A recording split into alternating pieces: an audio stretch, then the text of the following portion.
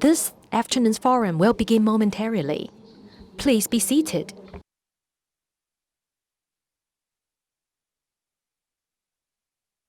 Please make sure that you keep your facial mask on at all times. We will begin momentarily.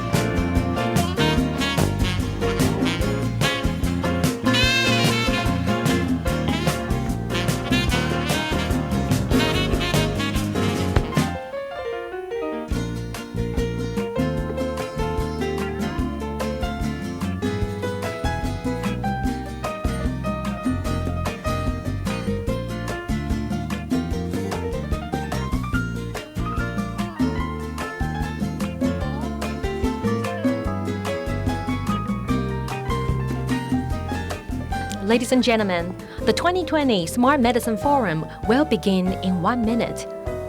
Please take a seat. The program will begin momentarily.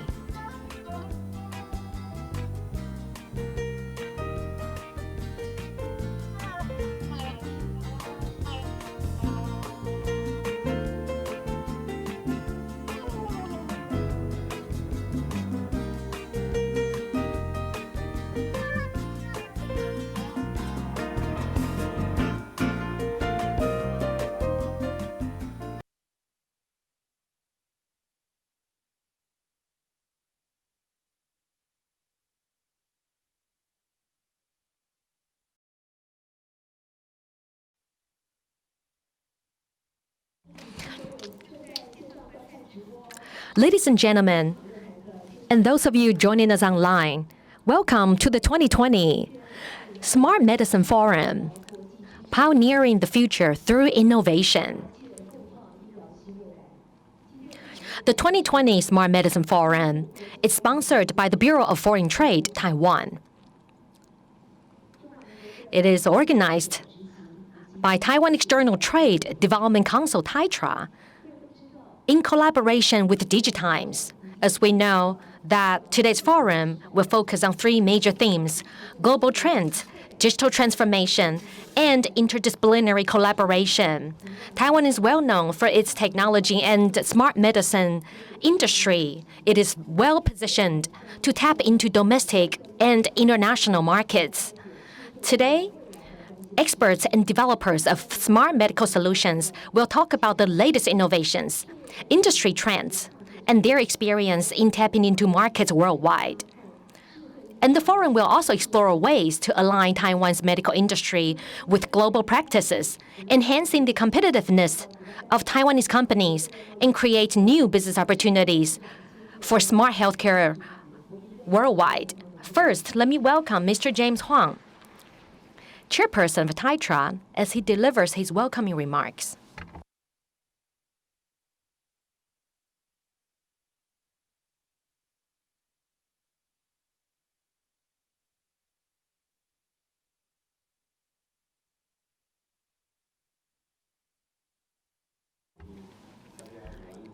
Distinguished guests, ladies and gentlemen, good afternoon. Today marks a very important milestone for the medical community here in Taiwan. I'm pleased to welcome all of you in attendance today, scholars, researchers, and representatives of the industry. We are very honored to have invited distinguished keynote speakers to join us today. I would also like to, in particular, welcome Mr. Guo from Wingstrom Medical Technology, MMC Chang from Advantech, Joe Ye, CEO and co-founder of Ether AI, Peter Chang, General Manager of QT Medical Taiwan, as well as Dr. Xu, CEO of Heroic Faith Medical Science. All these keynote speakers and representatives of Taiwan's medical companies will share their insights on market trends and future development of the industry. On behalf of the Taiwan Council for External Trade Development, I believe that this platform will be a great opportunity for exchange of experience and ideas, creating new business opportunities and new momentum for the industry, stimulating creativities and allowing us to discuss future opportunities. This forum will be live-streamed online. In addition, simultaneous English translation will be provided throughout today's program. So once again, I would like to extend my warmest welcome to all of you joining us on site, as well as those of you participating virtually. This forum has three main themes: global trends, digital transformation, as well as interdisciplinary collaboration. We have invited keynote speakers representing the industry, as well as representatives and co-founders of medical startups to share their experience and insights with us. My special thanks go to Dr. Chen Jianren, former vice president and academician of Academia Sinica. He is also an expert and world-renowned scholar in public health. Dr. Chen Jianren will discuss the future and development trends of smart health and smart care. And we also would like to welcome all the other representatives of medical startup companies who have succeeded in combining medical care with ICT and related technologies. And they will be sharing with us their use cases. And they are Ether AI, QT Medical Taiwan, as well as Heroic Faith Medical Science. The teams from these companies consist of not only technological experts, but also doctors and experts from the nursing field. They are trailblazers in tapping into and making inroads into domestic and international markets. Taiwan is well known for its outstanding ICT industry. Taiwan, from the north to the south, is home to a host of clusters of medical device and equipment suppliers, creating a holistic supply chain.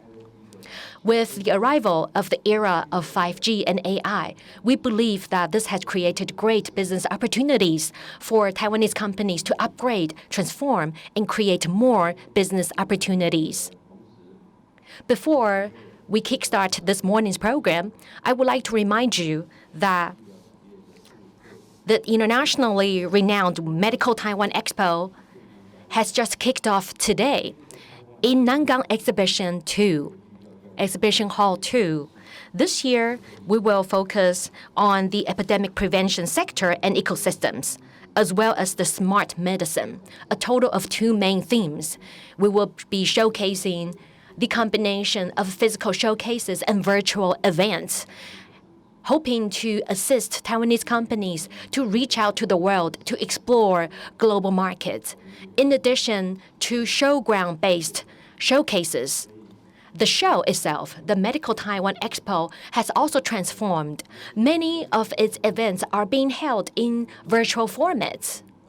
Here, I would like to introduce you to the International Medical, Health, and Care Virtual Expo. On this platform, you will get to view the virtual booth and the devices, solutions, and products on display. There will also be a wide variety of video conferences in addition to matchmaking business meetings. And Taitra has its offices in over 64 countries around the world. So through these offices in overseas countries, we have invited buyers from around the world to participate in this expo. And we have organized epidemic prevention, preventive medicine, and smart medicine, as well as other related topics, turning them into online forums and business matching sessions that will be broadcasted live online over the next 2 to 3 days. In doing so, we are able to go beyond the geographic and temporal limitations, allowing buyers and participants worldwide to physically and, most importantly, virtually participate in the expo. It is also crucial for us to share Taiwan's epidemic prevention experience with the world. In June this year, we have established the Taiwan Global Anti-COVID-19 Pavilion. It is an online platform that shares Taiwan's experience in fighting the COVID-19 pandemic with the world. On this platform, experiences in containing and controlling the COVID-19 epidemic and the Taiwan success model, the contributions of the industry, the medical services and solutions used in the process are introduced to viewers from around the world. Over 2,000 Taiwanese companies, in addition to a wide range of hospitals, are participating in this platform, in addition to IoT services demonstrations. So we hope that by creating such a digital portal, we are able to share Taiwan's success model with countries around the world, shouldering our responsibility of safeguarding public health, reaching out to international community in terms of being able to share our experience with the world. So the Expo, Medical Taiwan, which just kicked off today, will be held according to schedule this year, and there will be physical booth on the showground. Moreover, we will also be hosting pandemic prevention online symposiums. Over the last month, we have succeeded in connecting hospitals in Taiwan, for example, National Taiwan University Hospital and Chen Gong Hospital, with buyers from India, Southeast Asia, the Middle East, Africa, and Latin America. In addition to other countries, we were able to connect Taiwanese hospitals with healthcare professionals in these countries through video conferencing so that we can offer medical advice and share our experience with them. More than 22,000 of medical professionals have participated in this comprehensive series of symposiums. This has broadened our scope of international collaboration, particularly in the area of medical care. Taiwan is being praised by countries around the world for its swift and effective COVID-19 response strategies. It has been viewed as a role model for fighting the COVID-19 pandemic. And this also explains why we're able to gather here today physically to participate in this forum. Because of Taiwan's success in fighting the pandemic, the visibility of Taiwanese brands have been enhanced as well. Taiwanese medical companies took advantage of the crisis and turned it into business development opportunities. This also goes to show the great strength of Taiwan's medical industry when it is combined with the technology industry. In the future, TITRA, Taiwan External Trade Development Council, will continue to focus on not just the physical expo, but also continue to use the pandemic pavilion online virtual platform to continue to market to the world Taiwan's medical solutions and smart medicine products. It is time for us to work together hand in hand to better fight the COVID-19 pandemic. In closing, I would like to once again welcome you all to today's forum. I would also like to encourage you to stop by Medical Taiwan Expo, which is held on the first floor of Nangang Exhibition Room, Hall 2. I wish this event every success, and I wish all of you a very fruitful participation in the forum, and I also wish you good health and prosperity. Thank you.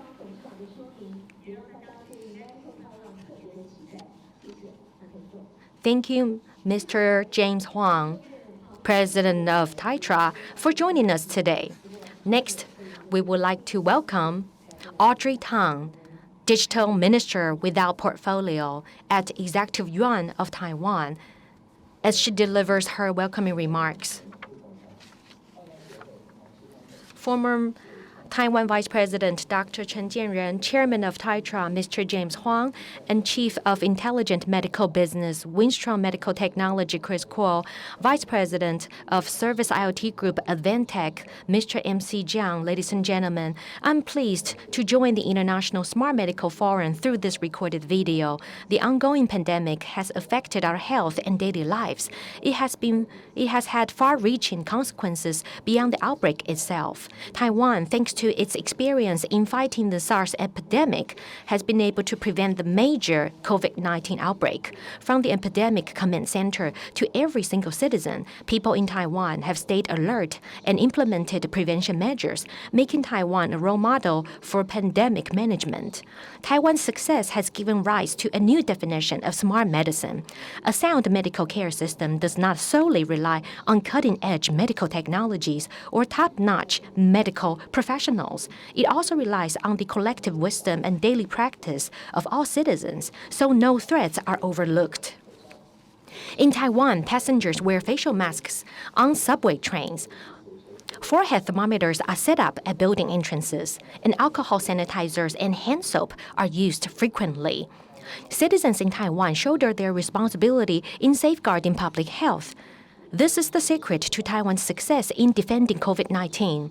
Taiwan's pandemic control network, led by the Central Epidemic Command Center, includes not only healthcare institutions, but also facial mask manufacturers, the mailmen who deliver medical materials, and the pharmacists and convenience store staff who help to distribute supplies, the app developers, such as GovZero, that design apps to enable real-time information dissemination. They each play a crucial role in the process. This echoes with the theme of this conference, interdisciplinary collaboration. The 2020 Medical Taiwan Expo will kick off according to schedule this year. When, in most regions of the world, expos have been canceled, the Medical Taiwan Expo underscores Taiwan's medical sector's achievements in promoting smart medicine and interdisciplinary collaboration. Finally, I wish you a fruitful participation in this forum. Live long and prosper. And ladies and gentlemen, we will now proceed to the first presentation of today. We will be talking about interdisciplinary collaboration, enhancing Taiwan's industrial competitiveness and expanding new business opportunities are key to upgrading Taiwan's medical sector. And these are all very topical issues for the medical sector. With more than 10 years of hands-on experience in the medical field, Advantech has developed integrated high-quality platforms and services to support smart medical practices, customizing its solutions based on customers' individual needs. The first speaker will be MC Chang, Vice President of Service IoT Group, Advantech. He will talk about the unlimited boundaries of medical intelligence 4.0. So without further ado, let us please welcome MC Chang. Thank you, Mr. Huang. Ladies and gentlemen, my dearest colleagues, good afternoon. You may already know that Advantech is involved in the making of industrial computers, but you may not know about our achievements and works in the medical field. Actually, the medical field is one of the most important areas for Advantech. It's a niche market for Advantech, and we have been deploying this market for quite a long time. Today, I'm very happy to be able to talk to you about our deployments in various stages in the medical field from Advantech. In terms of our topic today, I need to talk about IT trends in the global healthcare community. AI, without doubt, from Watson of IBM, AI can be seen in every aspect of the medical care industry. 3D printing has been widely used in dentistry and orthodontics, as well as surgery, and we will see more and more applications of 3D printing in the future. 5G or even 6G in the future might play a very important role in the surgery process. For example, virtual modeling, AR, VR, and telehealth. Doctors and patients will be connected seamlessly through the IT technologies and IT enablement. Robotics, in the industrial environment, robotics are widely used. In the healthcare industry, Da Vinci is widely used to create a miracle here. I'm sure some of the patents are going to expire, so this industry will begin to take off greatly in the future. So in 2023, it's estimated to reach 20 billion market scale, but I'm sure it's rather underestimated. For wearables, from running, we get to measure the steps, and now it's able to collect all kinds of vital signs. So these are the trends that we are spotting, but also there are more to come. So in terms of the three areas of the healthcare industry, the first one is medical equipment. We know that testing equipment is very important. Things like radiology and clinical tests and examinations. With the enablement of computing power, the ability to process medical images is increasing, through which the medical capabilities are being facilitated as well. The second area is hospital care. It could be in the hospital or at homes. All kinds of IT technologies can be seen in every aspect in the healthcare landscape. Last but not least, healthcare or big health, starting from wearables, personal health management, and long-term care, as well as telehealth that I mentioned earlier. These are the things that are being widely developed in all areas, and it's really happening. And what about in the hospital? What's the trends in the hospitals? Everybody's talking about digital transformation, digital upgrade, or digital transformation. So the trends that I have seen in the hospital are rather different from what we have been thinking about. Do you know where the biggest opportunity lies? The $4 billion market is in asset management, which is an asset that you can see in the hospital, such as things, people in the hospital. A hospital is a very large community. There's also something about pharmacy automation, from prescription to the pharmacy to dispensing. It's also one of the most key operations in the hospital. So these are the things that we have seen where IT technologies are being widely adopted. So what have we been doing at Advantech? Two things. First is to enable the innovation and upgrade of medical equipment. If you're working in the hospital, you definitely have used one of the solutions from Advantech. If you go to a clinic, you have also probably received services from Advantech, whether it's a CT, MR, X-ray, ultrasound, and monitor, all the way to dialysis equipment, anesthesiology equipment. Many of you probably have dental care or dental orthodontics done. So these are the areas that Advantech has a lot of deployment. there's not a very large market for Taiwan to cultivate this industry, but it's happening now. Because of this cross-disciplinary integration, we're able to see the development in this area being accelerated. So we are keeping a close eye on the development here, not just the Advantech, but also other companies as well. If you look at the chart, there's a lot of solutions from Taiwanese vendors. So this is the first thing about upgrade of equipment. So with the technologies available, we have also developed a series of products to enter the hospital environment to facilitate the operation, management, and upgrade of the hospital process. So this shows you the progress of our development. So we start with industrial boards or medical bars and boards, and now we're focusing on medical equipment. After which, we have developed a series of platforms dedicated to medical care. For example, there's a care platform, mobile cards, and medical monitors as well. And then in terms of the hardware, in the operational links of the hospital, we also began to develop applications to address each and every step of the process. For the European and American markets, they thought that Taiwan was all about hardware. We're known to our capabilities in making computers or OEM or ODM. So it's something that we have to break through. We have to address the area of applications and solutions by which we're able to be involved in the workflow of the hospital, and then we can address AI structures or cloud infrastructures. So these are the offerings that we have seen in the healthcare industry from Advantech. And I'd like to show you the slide to talk to you about the roadmap of Advantech. On the bottom, it shows you all kinds of hospital equipment and the base of IoT. Once data is collected, then data comes to the second layer, which is the edge, which represents all the platforms.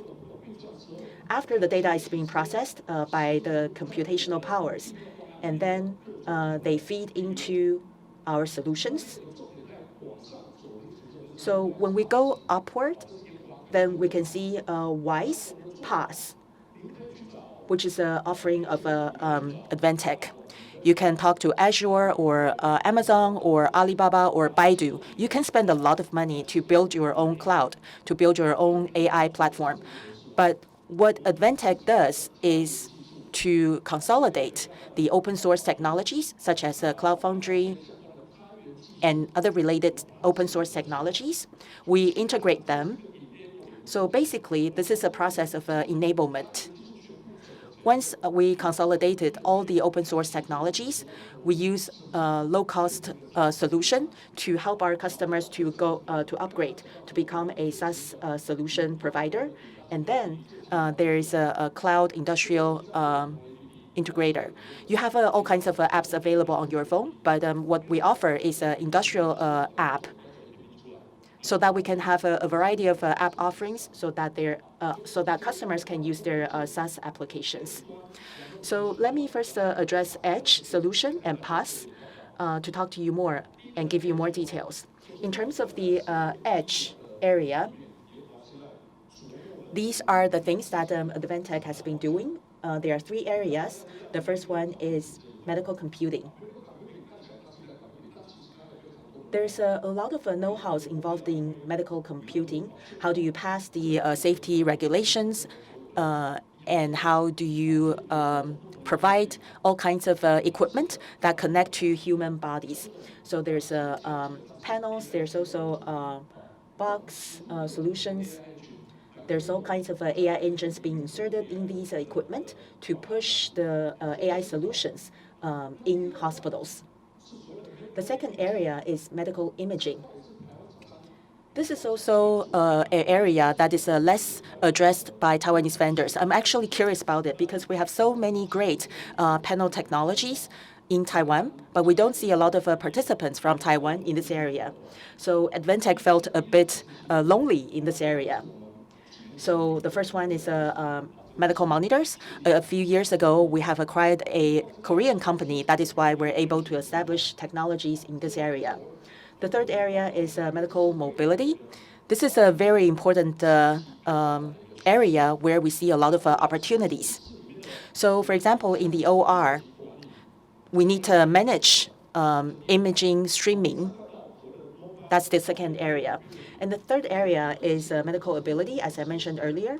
For example, handhelds, cards, as well as all kinds of solutions associated on the card for telecare or telehealth and medication management. We also have a medication solution. So in this CLMA closed loop, we have corresponding solutions. So these are the three areas from Advantech, and most of which are about hardware. And next, I'm going to talk to you about the software aspect and our solutions. We have an outpatient smart solution and smart healthcare network. We have been doing a lot of works in these two areas. And the emerging opportunities include integrated OR. The second one is convention center in hospitals. The third is telehealth. So these are the three areas where we see a lot of opportunities. I'd like to touch upon two areas. The first one is about the OR, intelligent operating room, IOR. Our solution to address IOR is AVAS, video timing and streaming. It's not about the traditional PC structure. When it comes to audio and video streaming, which is one of the most important applications in this area, in a traditional OR, doctors look at the area where he or she is operating on. So they're looking at the human body. So in the OR in the future, doctors will not look at the patient, they'll look at the monitor, because all the images are being integrated and shown on the monitor. And how many monitors does one doctor need to look at? They will look at the image from the endoscope. They also need to look at PACS, for example, the imaging of a CT and X-ray. They also need to look at the vital signs of the patient and the physiologic status of the patient. So in the past, a surgeon may have to consult different people to get information, but now everything is integrated. All the images are integrated on one monitor. So based on the doctor's preference, they can have different kinds of mix and match and then switch between images. There are three solutions from Advantech. The first one is AVAS 200 to convert images. So the key point here is that there's no room for latency. So when there is a surgical equipment in the human body, there's no room for delay or no room for latency. And the colors have to be accurate. Secondly, recorder is quite necessary in the OR room as well. All the images will be recorded and all the procedures will be recorded, and then reports can be generated accordingly. The third one is what you see here, which is the AVAS 60 series. It's a intermediary product. We know that it costs a lot of money to build a smart OR. I heard that it may cost more than hundreds of millions of dollars to establish a smart OR room. But we know that integrated OR cannot be achieved overnight. So how do we upgrade gradually and to have digital transformation? We now have a solution, which is to have the recorder, the monitor, and the camera combined together to form a mobile workstation. So once the workstation is in the OR room, then the room is being IT enabled.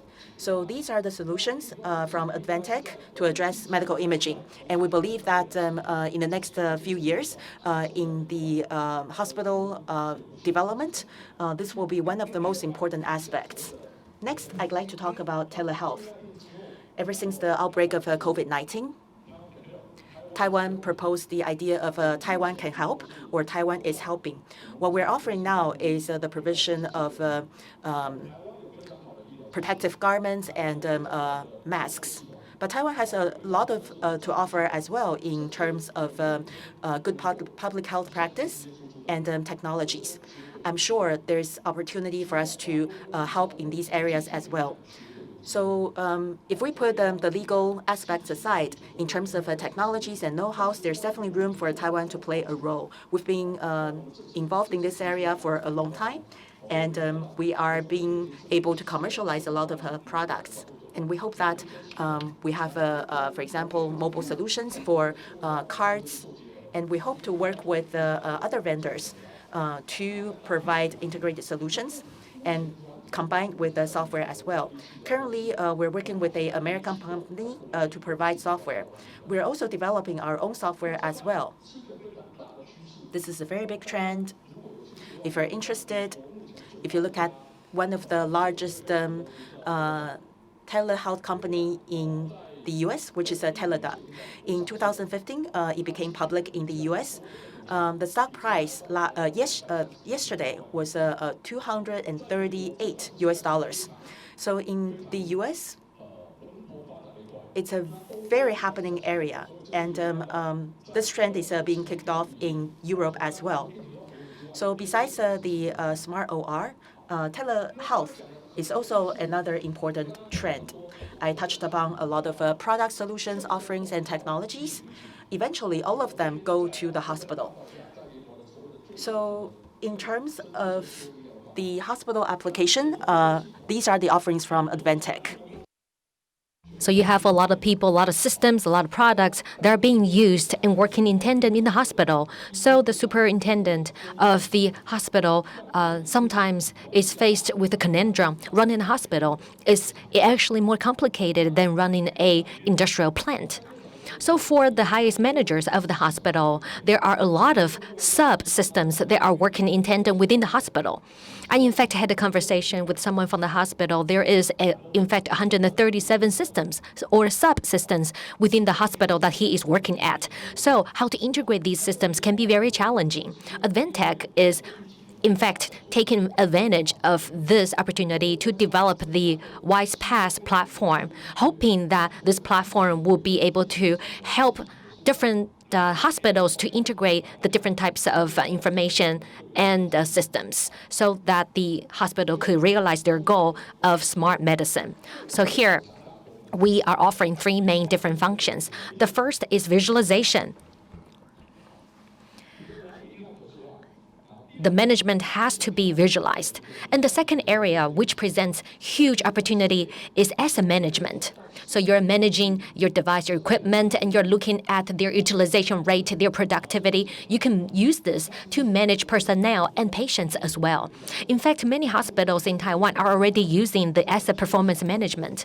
And they're using it especially for physical checkups. So they want to reduce the waiting time for their VIP customers. So they are using this asset performance management to reduce patient waiting time in addition to other functions. And also, the third area is the AI framework service. Advantech is not working on the endpoint AI. We're not doing the modeling. We are not working on the flow aspect of AI. However, we are offering it as a tool to the hospitals. You could argue that there are a lot of suppliers out there.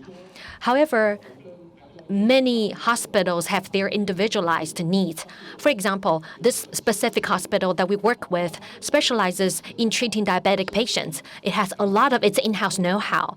It also needs the type of AI that will be able to run the big data, to run analytics, to come up with useful information for the in-house use for this hospital. Yes, AI could move to the cloud. However, sometimes in the future, the AI could be retained within the hospital instead of being put on the cloud.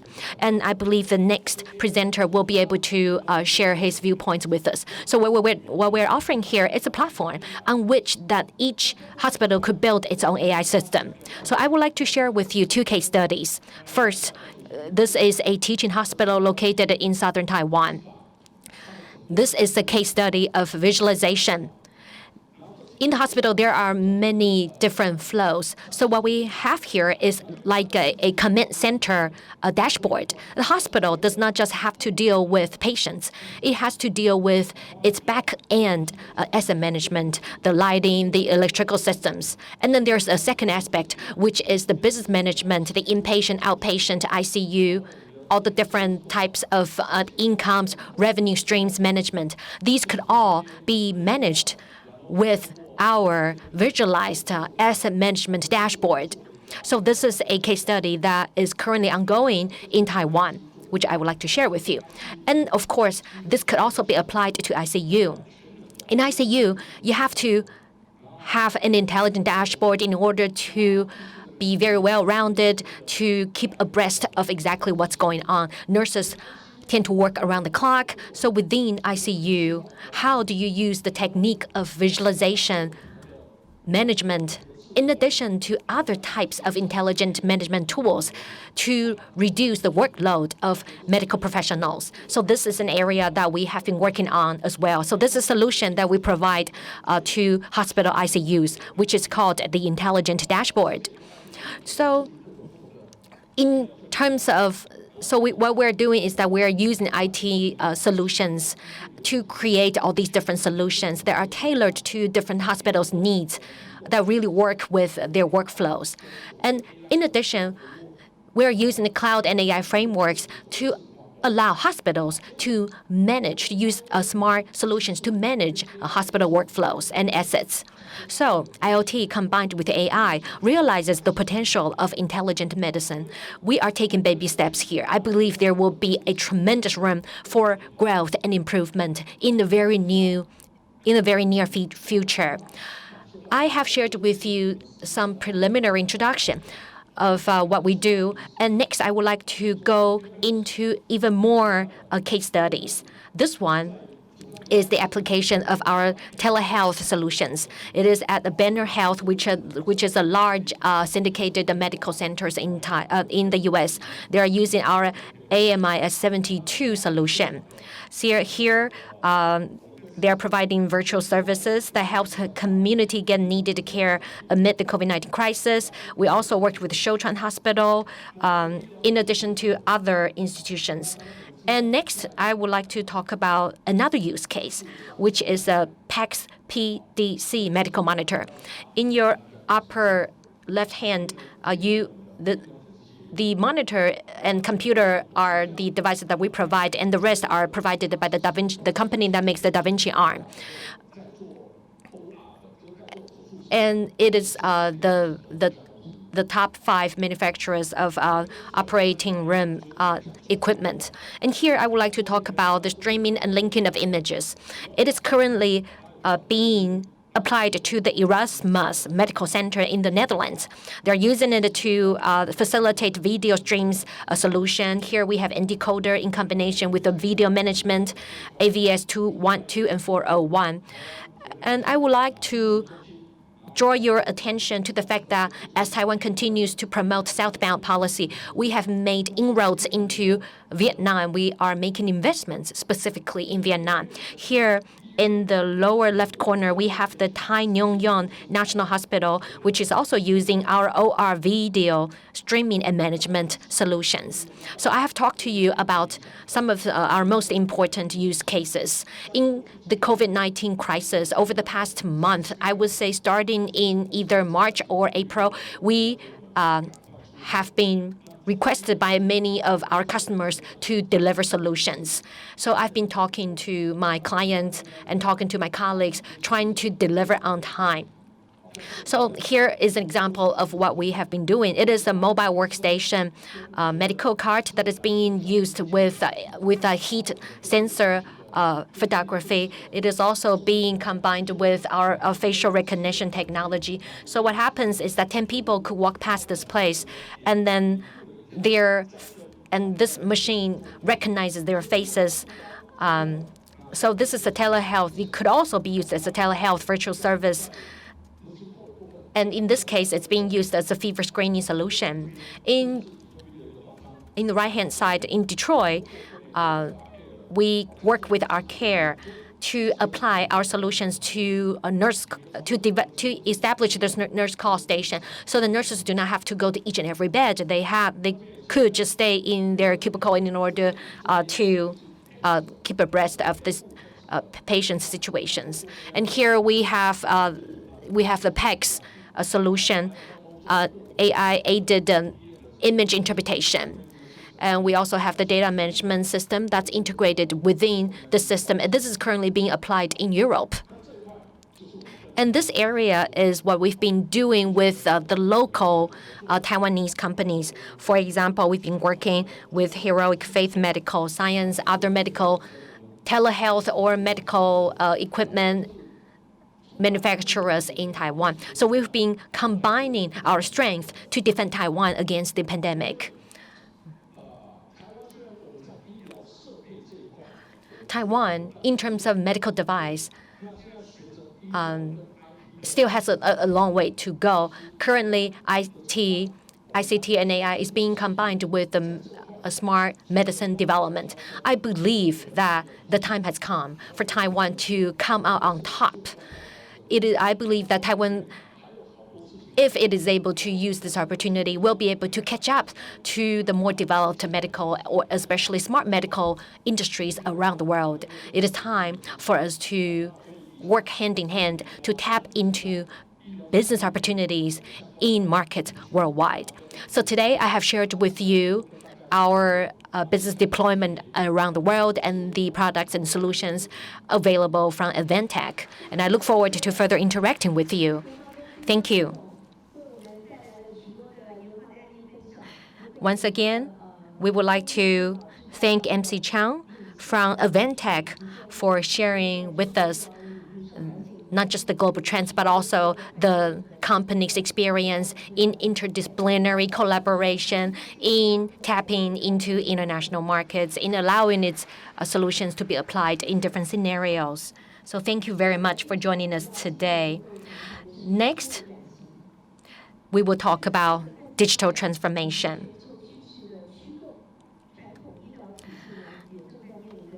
With the rapid development of science and technology, the traditional healthcare sector is transforming and adapting to changes.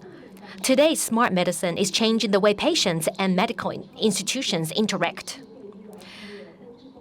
The next speaker will be Chris Kuo, Chief of Intelligent Medical Business, Wingstrong Medical Technology.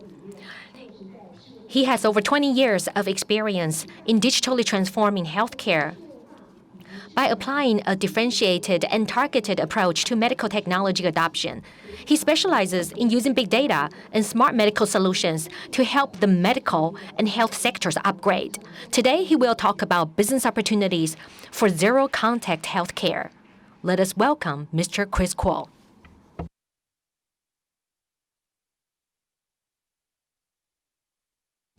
Ladies and gentlemen, good afternoon. Every time when I join seminars like today, I used to talk to a lot of doctors and superintendents.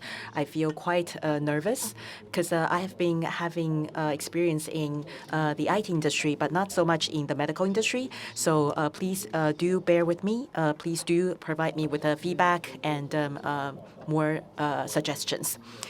Today, I'd like to talk to you about Wistron experience. What do we do to respond to the era post-COVID-19 impacts and opportunities? I will also talk to you about smart medicine, smart healthcare. How do we generate business opportunities and use cases in terms of contactless medical solutions or intelligent medical solutions? I'll give you a couple of use cases so that you know what opportunities lie ahead. So what are the impacts and opportunities? This data comes from Johns Hopkins. As of October, unfortunately, there's more than 1 million deaths from COVID, and more than 37 million people with a confirmed diagnosis. And this shows you the daily cases So all the countries are being affected, including the US, India, Brazil, and so on. There's only one exception. But basically, if you look at the data, under the threat of a virus, everyone is the same, whether you're rich or poor or strong or weak. Everybody is under the same threat. If you look at the lower part of the chart, before the seminar began, I was having a conversation with the organizer. We talked about how everybody has become very busy in second half of 2020 because of the explosion in all kinds of event organizations and businesses, developments, as well as purchases. So everybody is trying to seize the opportunity to do everything possibly they can before the next outbreak of, or the next peak of the outbreak of the disease. Now we have more than 350,000 people confirmed who are confirmed cases. So the trend has always been there. There doesn't seem to be the first wave or the second wave. There has, the wave has never come down. We even have more than 300,000 cases confirmed in 1 month. And in Taiwan, because of our high quality of people and high quality healthcare, it seems that we're living in a different world here in Taiwan. We don't see the peaks of these pandemic outbreak. But if you look at the international community, COVID has always been there. The threat has never been subsided. So there's no such thing as a window or a break of the outbreak. Let me show you a couple of pictures. This is a picture taken in the airport that you and I know. This is actually beyond our wildest imagination. I think it's the boarding area for a chartered plane. Everybody's wearing this kind of, I don't know, raincoats or protective garments. And Mr. Jiang talked about a smart or intelligent operating room. This is not an operating room. This is actually the entrance to the airplane. But it looks like an operating room, right? And this picture is also unimaginable for me a few years ago. We are frequent travelers. For example, I have colleagues who go to China to work, and he had to go through this 14 days of quarantine, and his refrigerator was broken. So he asked the janitor to come to fix the refrigerator. So this is actually a janitor in the protective garment. And I posted this picture online to show you that how everybody is afraid of each other because of the virus. This shows you the shortage of healthcare workers. The data is the US data. The data was about 2018.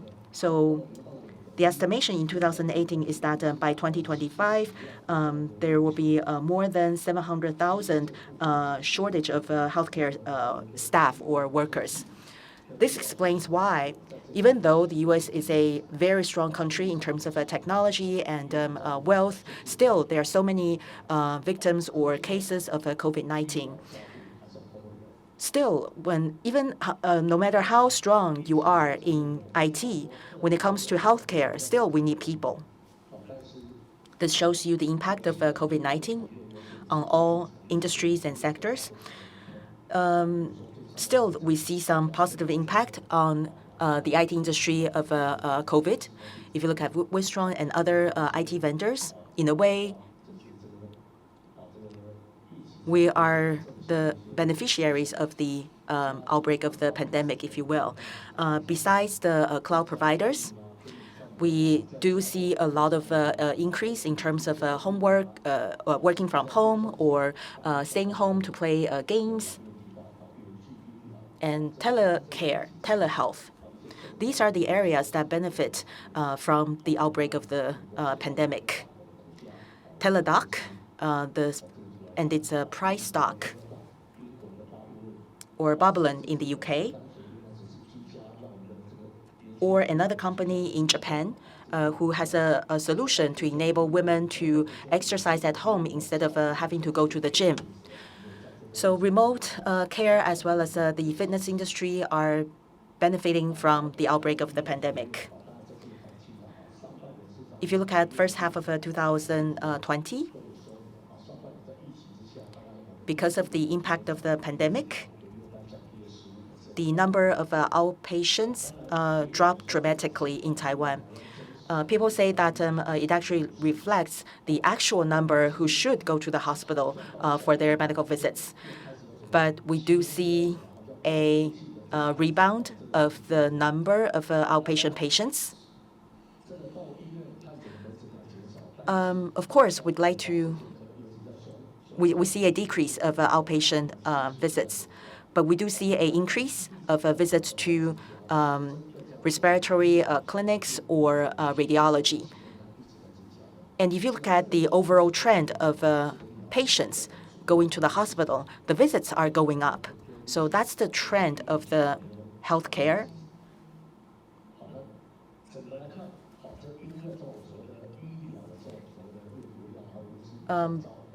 If you look at the loading of the imaging visits, or if you look at the development of the industries in the U.S., there are three colors to show you the to be shown in the circles. There's a light green, green and dark green. We have a back-end care, delivery, and consumer engagement. The application of big data also gets very good development because of the impact of epidemiology. And a startup was sold to Teladoc at a very high price because of big data enablement. And in terms of smart healthcare, PubMed is a very important database for medical publications in recent years. It is discovered that there's a lot of publications about smart healthcare. And there's a couple of themes, as I mentioned earlier. We have been talking a lot about smart care. We also talk about the processing of natural language, computer vision, the process of medical images. We also discuss a lot about robotics. So these are the hot topics of smart medicine. And I'll give you a couple of use cases centering these topics. If you look at the healthcare worldwide, especially in North America and North Europe, they always begin from hospital center and then all the way to individual care or point of care. Or if you look at Denmark, one of the Nordic countries, they hope to reduce the number of beds by 20% in 4 years. They would like to focus their limited medical resources on individual care. But in Taiwan, we're actually going toward the opposite direction. We have been building hospitals over the years, and we're going to increase 9,000 beds by 2022. Probably 9,000 beds is more than the number of beds available in Norway. And this is the trend that Wistron is based on in terms of its development in medical technologies.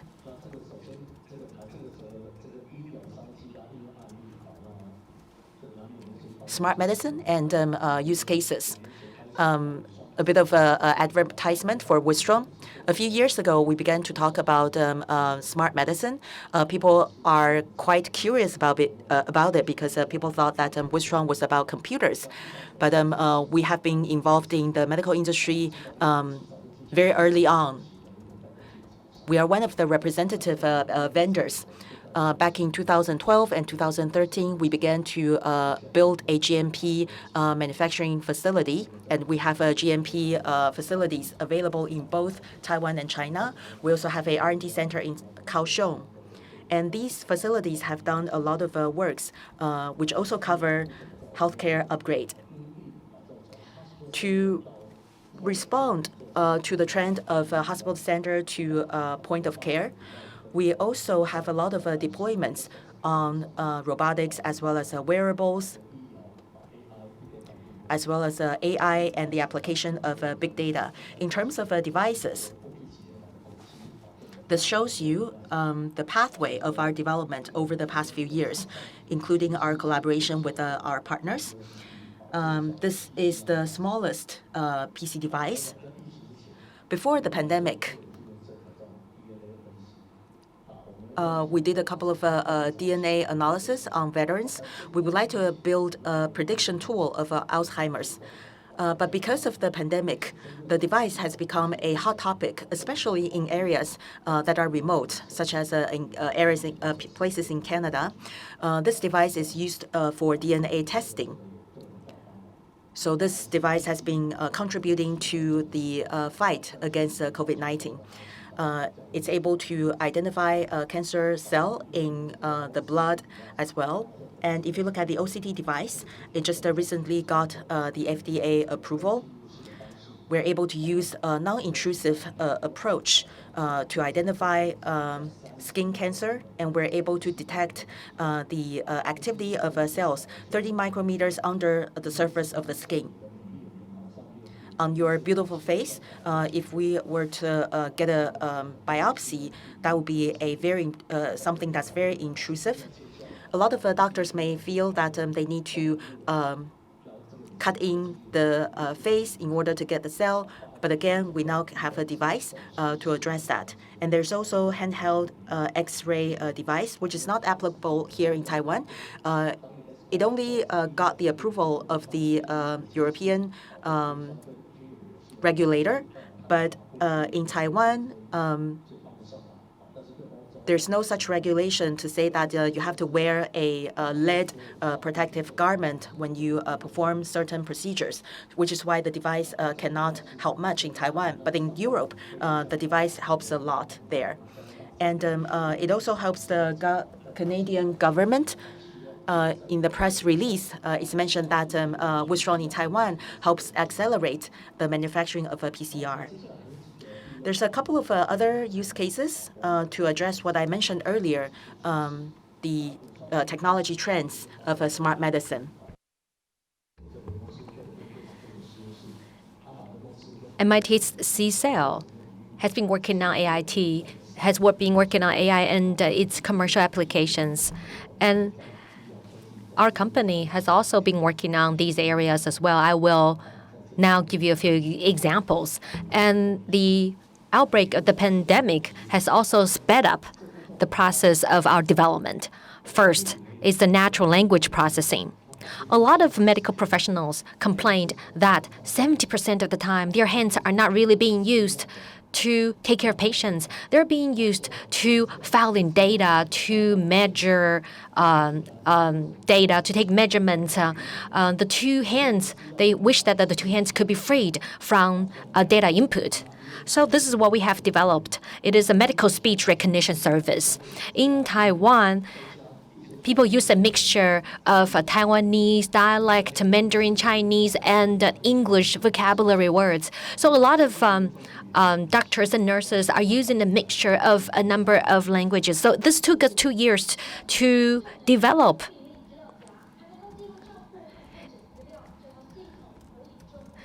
The speech recognition service is capable of deciphering audio input consisting of Taiwanese, Mandarin Chinese, and English.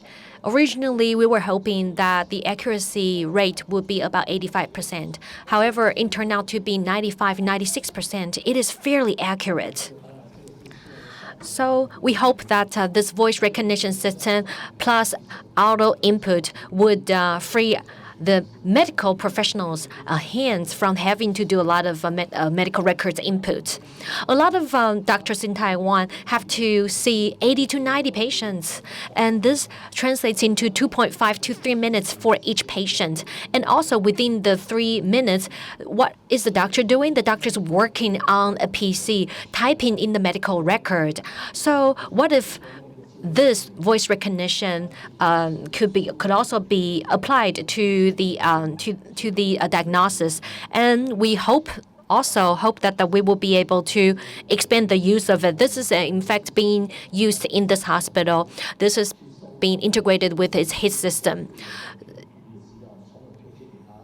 So we worked with this hospital to come up with a standard code for disease classification for this hospital.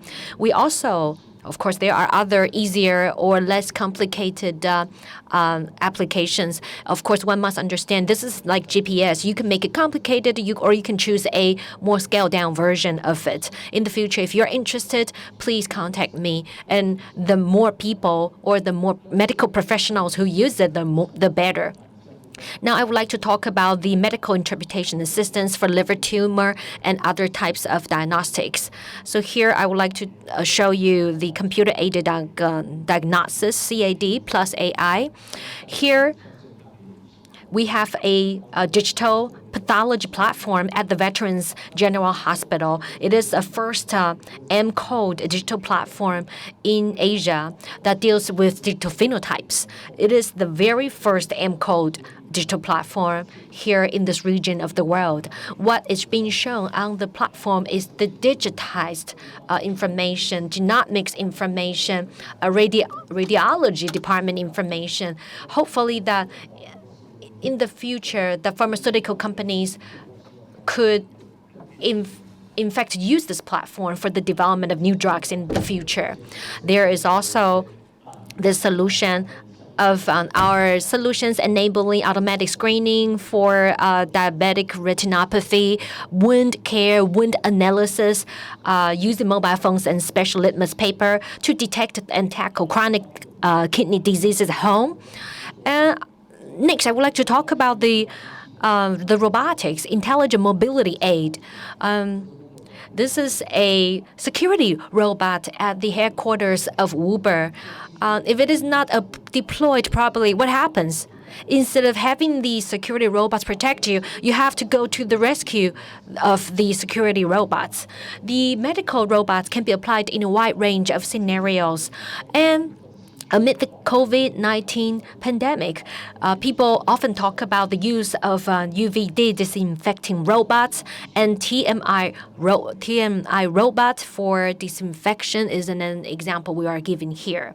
Next, I would like to talk about the Kyogo, which is an action-assistive exoskeletons suitable for people with limited walking ability. Here we are testing it out on a lady who in fact suffers from ankylosing spondylitis at the Canadian Trade Office in Taiwan. We put the exoskeleton walking assistive aid on her, and she immediately was able to walk properly. Many of the patients who tried on our exoskeletons action assistive suit were very, very moved.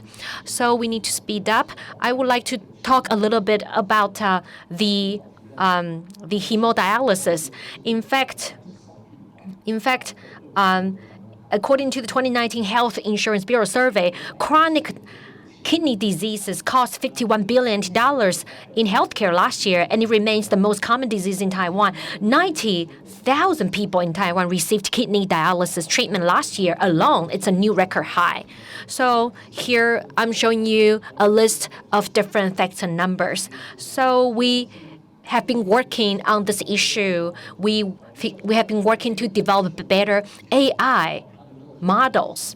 Usually, parents with renal disease are at a high risk of suffering from medical malpractices. They suffer from hypotension. They also suffer from many different symptoms. Here, you can see that the accuracy rate is up to 90%. And 70% of those surveyed, or those who had tested out our new solution, said that they feel that the medical quality has been improved, reducing the incidence of hypotension.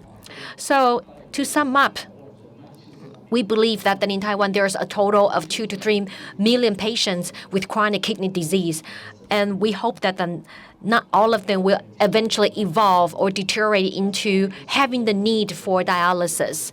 So hopefully, by using our solutions, we could reduce that deterioration. Here we're showing you an IoT chronic disease management platform, which brings together a personal healthcare, community-based care, as well as medical institutions. Here are some of the interfaces that are currently being used for the chronic disease management platform. In addition to chronic disease prevention and management, we also hope to encourage people to engage in more physical activities. In this process, we want to introduce the use of dementia screening. We're not talking about a questionnaire that somebody fills out. We're talking about that you do exercise and perform suggested movement in front of the computer. And if you're unable to keep up, your performance will be used to evaluate your risks for early onset dementia. So this is something that we are developing, and it is being developed at hospitals and community health centers. And we have these IoT-enabled exercise equipment that are developed for patients or users with different medical conditions, different height and weight. Here I'm giving you yet another example of how these devices are deployed in the main entrance of a hospital. There is 9 stationary bicycles, AIoT-enabled ones. So they are extremely popular. In the past, medical professionals will have to look at the signs, the physiological signs of people using these bikes, but it actually enables these set of devices actually enable the automatic recording of the people who are using the bike. Here, we have been working with the National Health Administration to educate the public and to help the Bureau promote this short exercise that consists of 9 different moves to the public. So we have developed this interactive AI so that people who perform this 9-step exercise recommended by the government will get a score and will get encouragement. And due to time constraints, I have to skip the following slides. I do apologize. We'll have to skip the vital signs monitoring, the wide application of wireless sensors. Here, I would like to talk about another wide range of zero contact solutions and technologies. We know that amid the pandemic, there are 2 groups that are at high risks: people who are receiving dialysis treatment and those who are in care facilities. So our solutions could help reduce risks in these areas. It can be widely applied to care facilities and healthcare institutions. I do apologize that I have run out of time.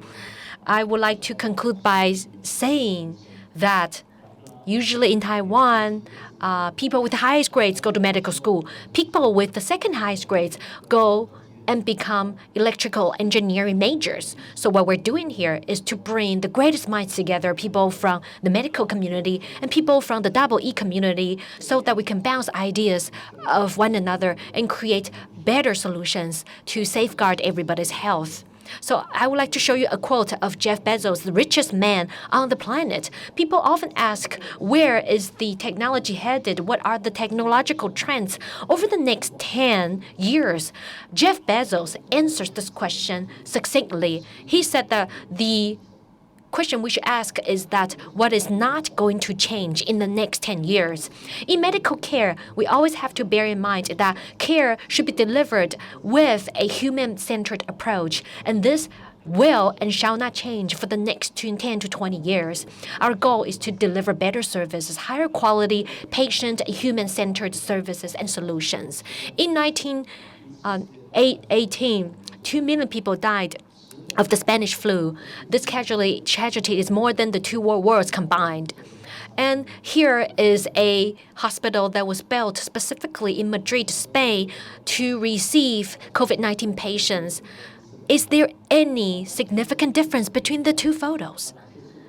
So we need to focus on that, what values will remain unchanged and how we can use technologies to better enable and empower humans to tackle future challenges. Thank you very much for your attention. Thank you.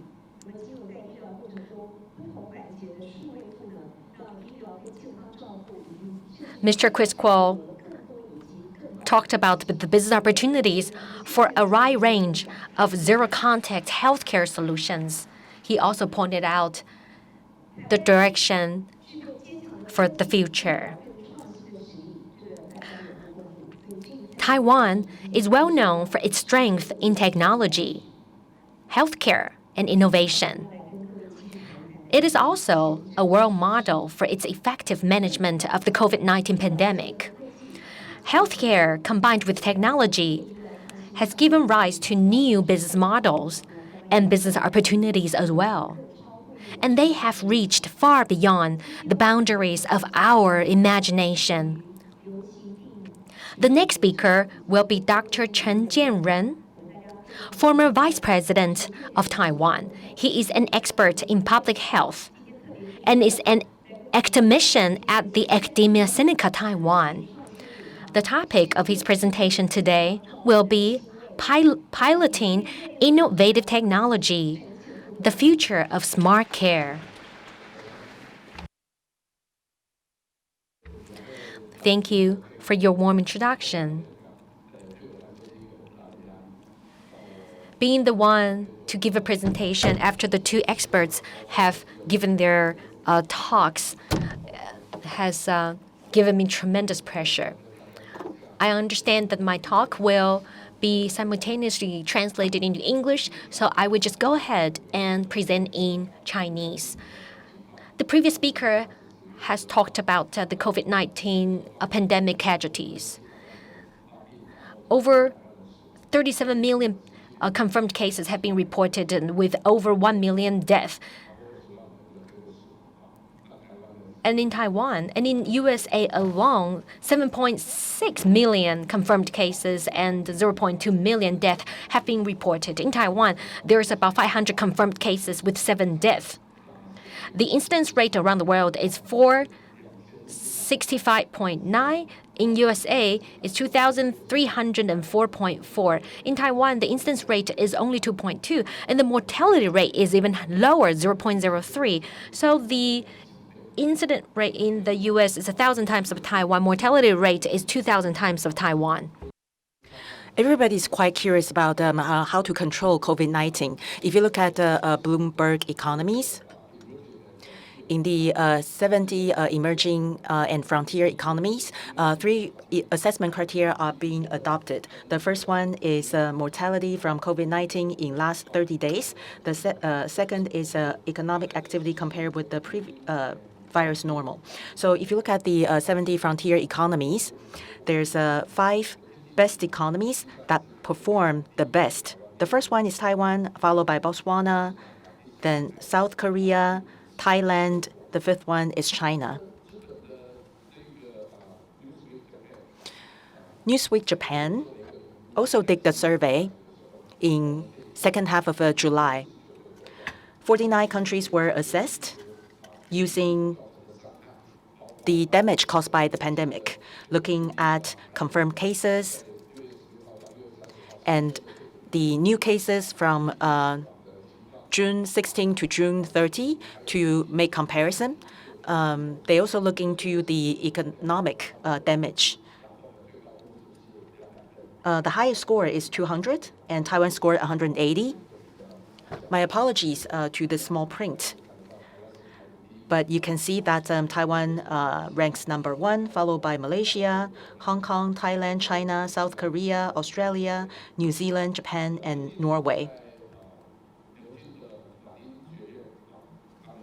At Oxford, they published 2 charts to show you our data. The first chart shows you that in second quarter of 2020, 38 countries were being compared. Taiwan has the lowest recession, which is a -0.6, and Peru suffers the most. Top 6 countries with lowest decline is Taiwan, South Korea, Lithuania, Finland, Norway, and Indonesia. So in terms of the financial loss of second quarter, Taiwan performs very well. And a lot of people say that lockdowns or a lot of restrictions are we able to contain COVID-19? The answer is quite the opposite. We found that the less the financial recession, the better the control of COVID-19. If you look at the small dot here, it actually represents Taiwan. We have the lowest death rate, and we also enjoy the least financial recession. And Peru has the highest death rate with the highest economic damage. So economy can work with the prevention of COVID-19 or the containment together hand in hand.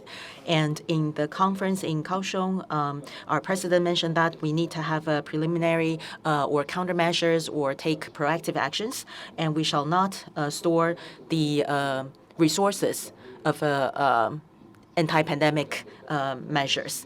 So 2 things. We need to take this situation carefully and seriously, and we need to be agile, and we need to pre-plan ahead for the containment of the pandemic. And being transparent is very important. And also we have 23 million unsung heroes here in Taiwan because everybody is willing to contribute their efforts to contain the pandemic. We just did what we had to do. We have a very good border control. We follow up on the close contacts, and we have very good quarantine practices. That is why we are able to have no lockdowns, and we have no massive screenings. We just have people who do the quarantines right. However, with the 14 days of self-sacrifice, we're able to enable the rest of the people to enjoy a normal lifestyle. And that is what is unique about Taiwan's measures to counter the pandemic. And this creates a benign cycle.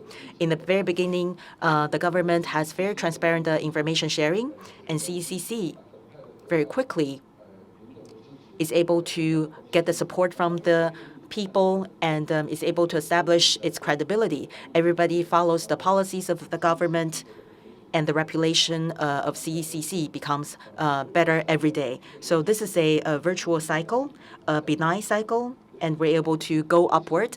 In some other countries, there is vicious cycle being seen. So the success of Taiwan is the result of our collective hard work. In this pandemic, compared with 2003,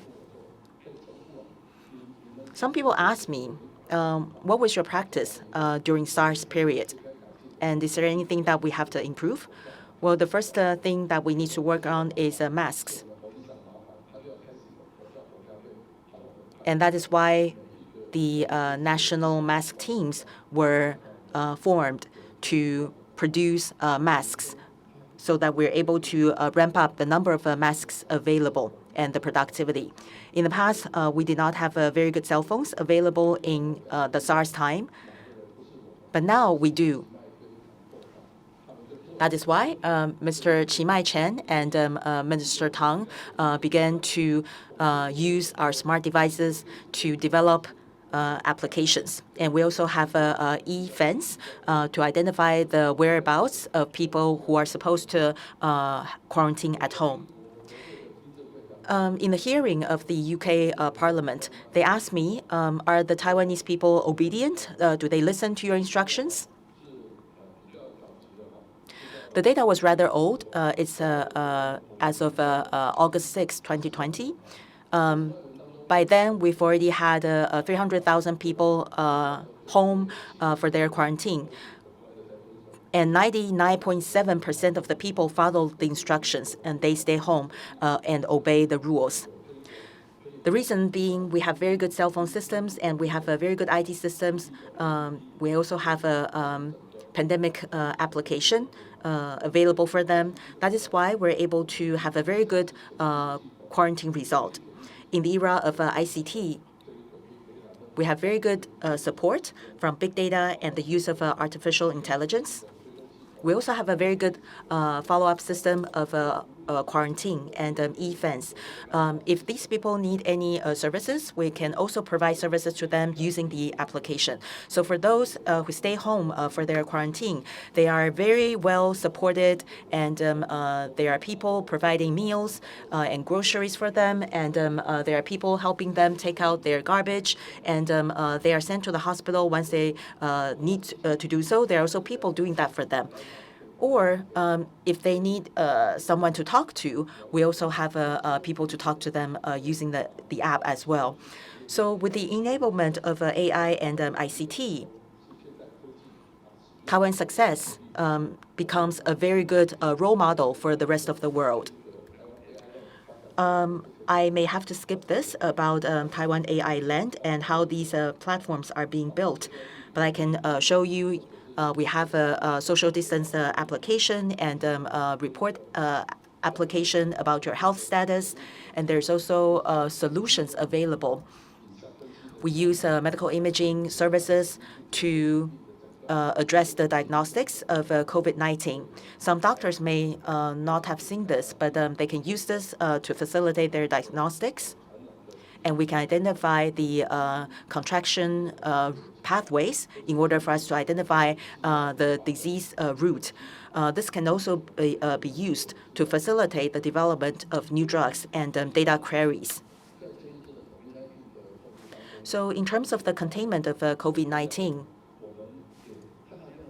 we massively use the data on the cloud to distribute our masks. Everybody has a health insurance card to purchase masks, and somebody coming back from abroad, the doctors won't have to consult the patient in order to know where the patient is coming from. Doctors can just look at the monitor because of the network as well as the insurance card. We're able to see the origin of these patients or these travelers to know where they come from. So from January to July, S&P in the USA or Nikkei in Japan or Dow Jones or FTSE, the stock prices are going down.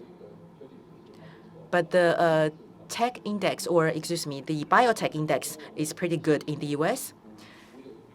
In Taiwan, we enjoy about 5.56% of growth in the stock market. The most significant is in biotech.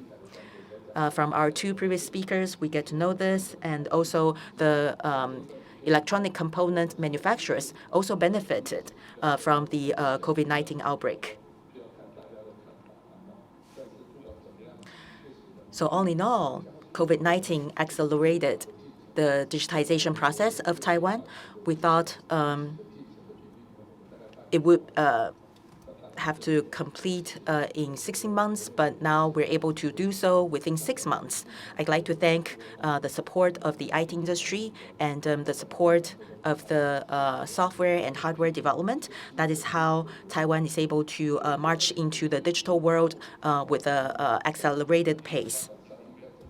So how do we develop our economy in order to address the impact of COVID-19? There's 7 arrows proposed by the National Development Council. The first one is Big Health, which includes e-health, precision medicine, epidemic prevention technology, health promotion service, smart healthcare, smart hospital, and healthcare regulatory sandbox. In other words, the government also believes that these are the directions that we should go, and we shall embrace big health as the foundation of our economic development.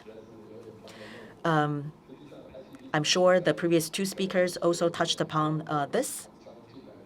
In terms of e-health, we have a lot of Taiwanese vendors in this area who use IoT, 5G, AR, VR, cloud computing, and blockchain on various aspects of healthcare, which includes mobile healthcare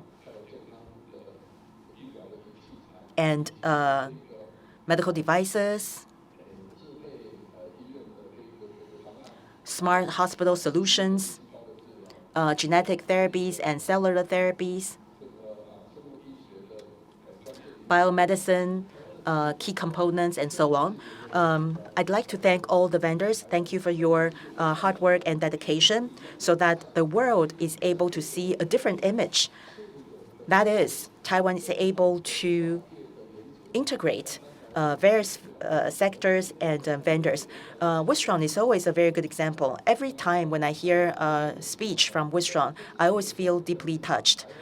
Besides Wistron, I'm sure there's also many other Taiwanese companies involved. I shall not name all of them because of the time constraint.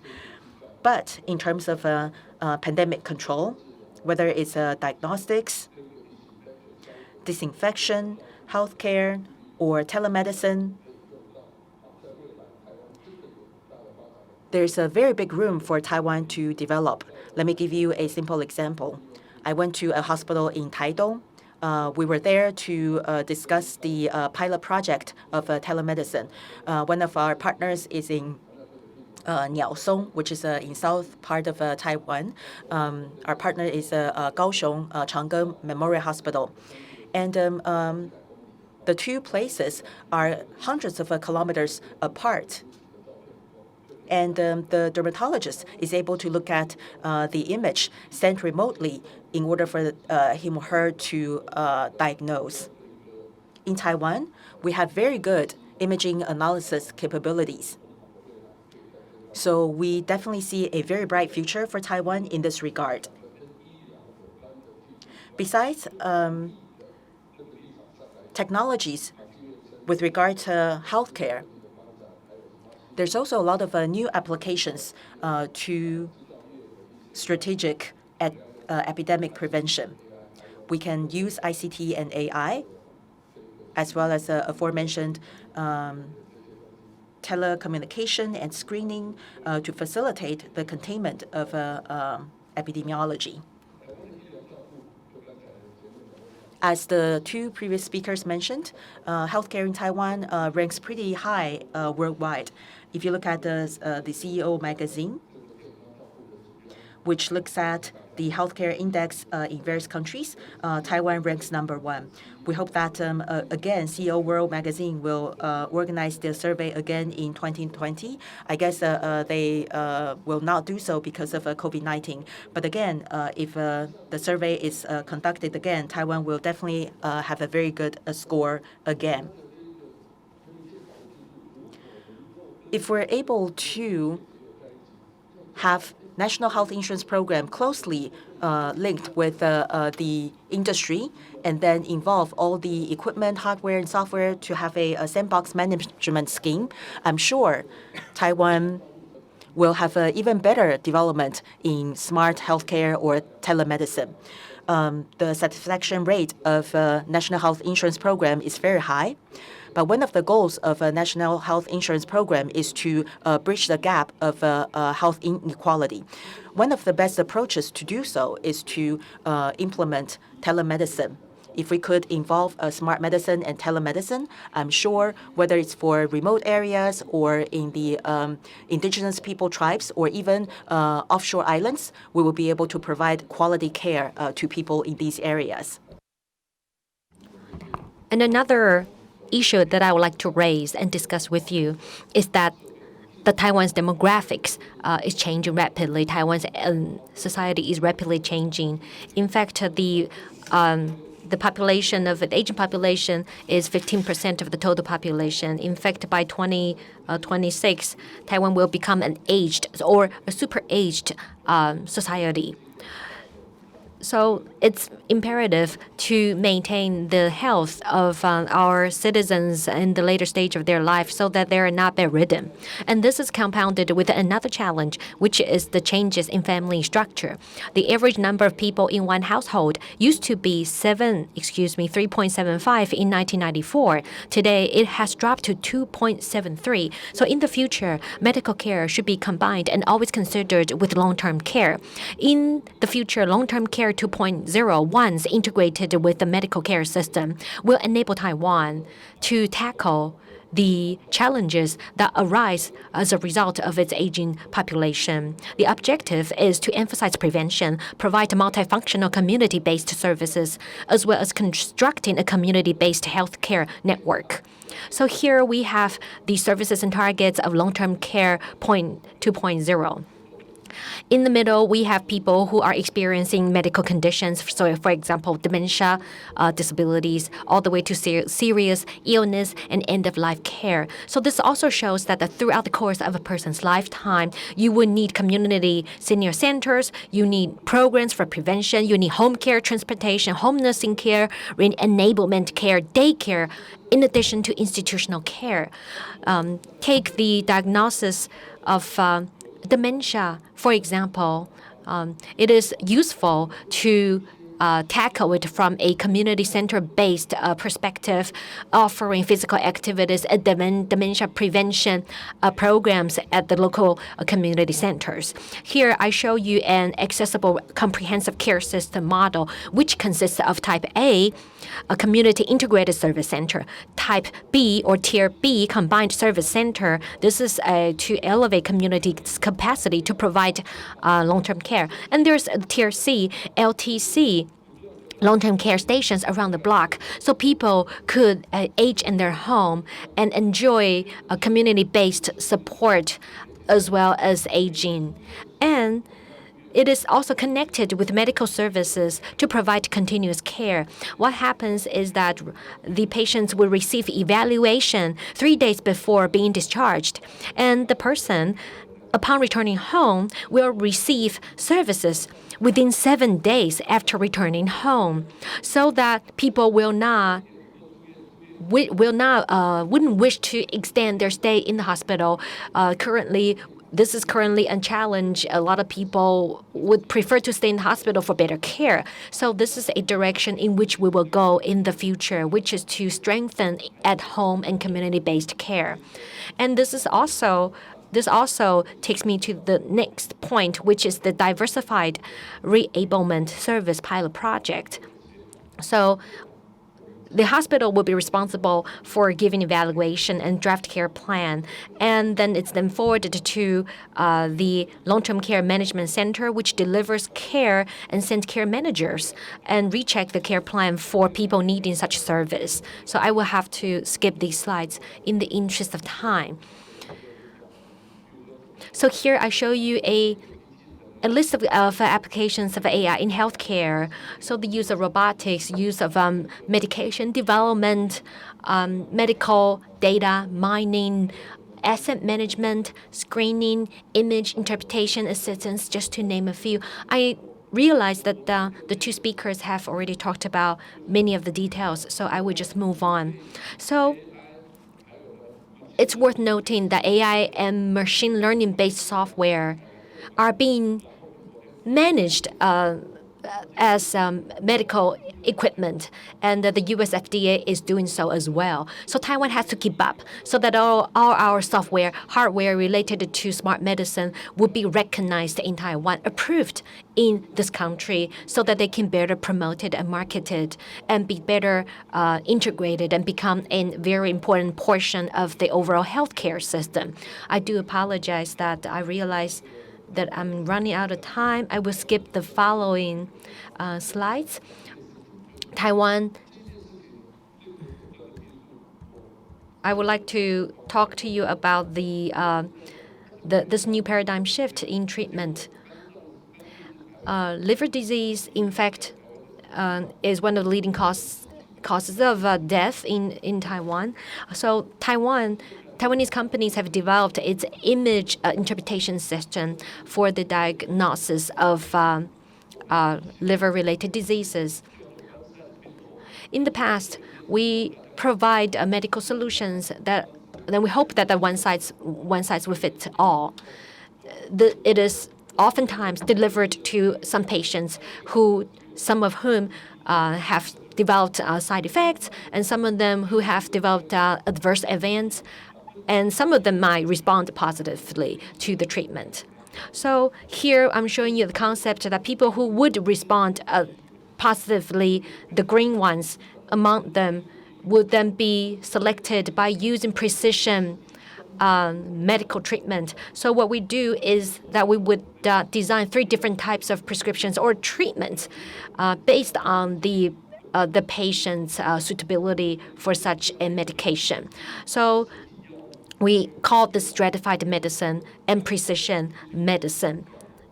And patients would be grouped by the disease subtypes, the risk profiles, demographics, socioeconomic factors, etc. So this molecular analysis would be applied at an earlier stage so that we can identify each individual's risks for certain types of disease and deliver intervention at the earliest time possible and customize and individualize such solutions. So here we have from the left to the right-hand side prevention, early diagnosis, and precision therapy. And the latest technologies can be applied to aid each of these stages. And here I would also like to talk about the global precision healthcare market, which will be rising and continue to arise in the future. And Taiwan is very well positioned to tap into such a market. And the IoT, physiological monitoring, consumer products are gaining more and more consumer popularities. So do these customized home care and health self-monitoring devices. And here I would like to draw your attention to the medical cloud system of the National Healthcare Insurance Program of Taiwan. You could see that all these different types of information are being integrated and stored on this cloud so that it's cost saving and resource sharing. There is a way by using this cloud to prevent duplication of prescriptions, reducing overlapping days. Here, I would like to introduce the Health Bank, which is a very important feature of the iHealth Cloud. So here is a personal user's interface. So by going onto this platform, you can access your own health data. It retains the person's medical data over the past 3 years. And it also shows a dental notion illustrations and is hyperlinked to health education websites. So I think in the future, it is likely that this will be further linked to IoT and internet-based medical equipments and devices, to name a few. So we need to cooperate with the smart care industries to create more apps and to create software development kit to allow users to authorize trusted third party to access their own health data in addition to using the data themselves. Looking into the future, we believe that development of smart care requires public-private partnership.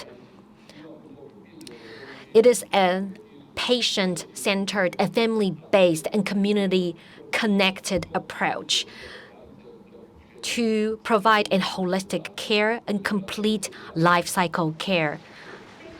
And with that, I conclude my presentation. Thank you very much for listening. And I would like to ask former Vice President of Taiwan, Dr. Chen, to please stay on the stage for a group photo shooting. Now I would like to invite Mr. James Huang, President of Taitra, Chris Kuo, Chief of Intelligent Medical Business, Winstrom Medical Technology, and MC Chang, Vice President of Service IoT Group Aventec. And our upcoming speakers, Joe Ye, CEO and co-founder of Ether AI, Peter Chang, General Manager of QT Medical Taiwan, Dr. Fushuan Xu, CEO and co-founder of Heroic Faith Medical Science. We would like to invite them to go on stage for a group photo shooting.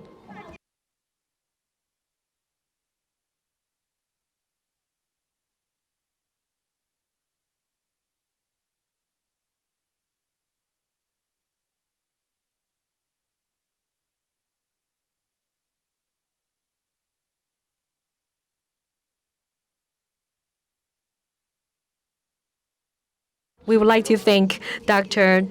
Chen Jianren, former Vice President of Taiwan, for gracing us with his presence and also for his excellent presentation.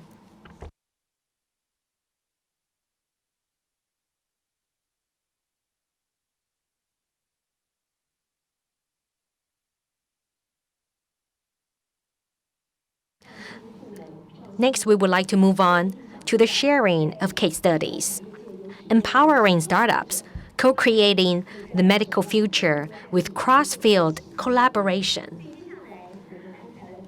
Coming up next, we will be inviting 3 representatives of smart medicine companies in Taiwan. The first speaker will be Joe Ye, CEO and co-founder of Ether AI. Joe graduated from USC with a PhD degree in pathology and is passionate about programming and image analysis. He founded Ether AI to promote the use of AI in clinical practices. His company is now a leading player in medical imaging AI and has won international acclaim and have garnered many awards in the international community. So today he will give us a presentation about his company's solutions. Please welcome Dr. Ye. Thank you for your kind introduction. I haven't got my PhD actually, so I quit in year 8 to start Ether AI. Today, I'd like to talk to you about the efforts made by Ether AI. I am Joe Ye. I'm the CEO and co-founder of Ether AI. The company was established in 2015. We just celebrated its 5th anniversary. We are dedicated to developing digital pathology workflow and medical image AI diagnostic support systems. There's 50 employees. With me, there's 6 doctors. It's actually a new opportunity. A lot of younger generation saw this opportunity of the combination of technology and medicine, which is why there's 2 graduates of the medical school of National Taiwan University joined us. And there's more than 15 ongoing medical image AI projects. We're kind of like a manufacturer that produce medical images, and there's a lot of products that's waiting in the pipeline for clinical trials. AI is a brand new opportunity for us. Based on my personal observation, the medical community has never been so interested in health technologies. But because of the uniqueness of our solution, there's a very large interest in this area. In the past, we tried to process images of a lymphocyte and neutrocyte, and we basically asked the specialist to observe once the characters are being identified, and then we differentiate the images. Through the deep learning or network, engine network, neural network, we basically ask the experts to prepare 5,000 images of lymphocytes and 5,000 images of neutrocyte. And then they will not show you the significant features. They basically ask the deep neural network to process the features of different cells. So the idea here is different from knowledge-based or rule-based approach. Why AI or deep neural network has generated a lot of interest in the past decade? The computers have shown that deep neural network processing, comparing with the traditional approach, is able to achieve better results. This is the ImageNet established by Professor Fei Li at Stanford. In 2012 is that the champion of that year was based on the deep neural network engine. Comparing with the champions before, the accuracy improved by 10%. It rarely happened in the history because these are excellent experts. And ever since 2012, the network has never failed. Another important inflection point is that they're able to achieve better results of a human analysis. So that year, there's a lot of new startups coming into this area. Medical image is a very important area where there's a lot of applications. In the past few years, there's a couple of AI applications being reported on the media, one of which being Google's screening or diagnostics for diabetes. And there's also other types of applications worldwide. On the lower left, you get to see the application of pathology, for example, how to identify cancers in metastasis, and this is skin diagnostics. And there's a lot of applications in AI in imaging. And let me share with you a couple of use cases. The first one is bone marrow smear, and it's a differential counting. So when do we do a bone marrow smear? Usually when a patient is suspected to have a blood cancer, they will basically perform bone marrow smear to identify abnormal cells or abnormal cell division.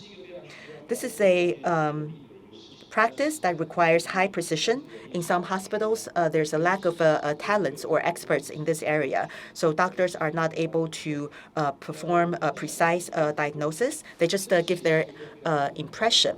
This is also a very tough question because there's a lot of cell types in the bone marrow. We work with the NTU hospital who has more than 1/3 of the patients of the disease.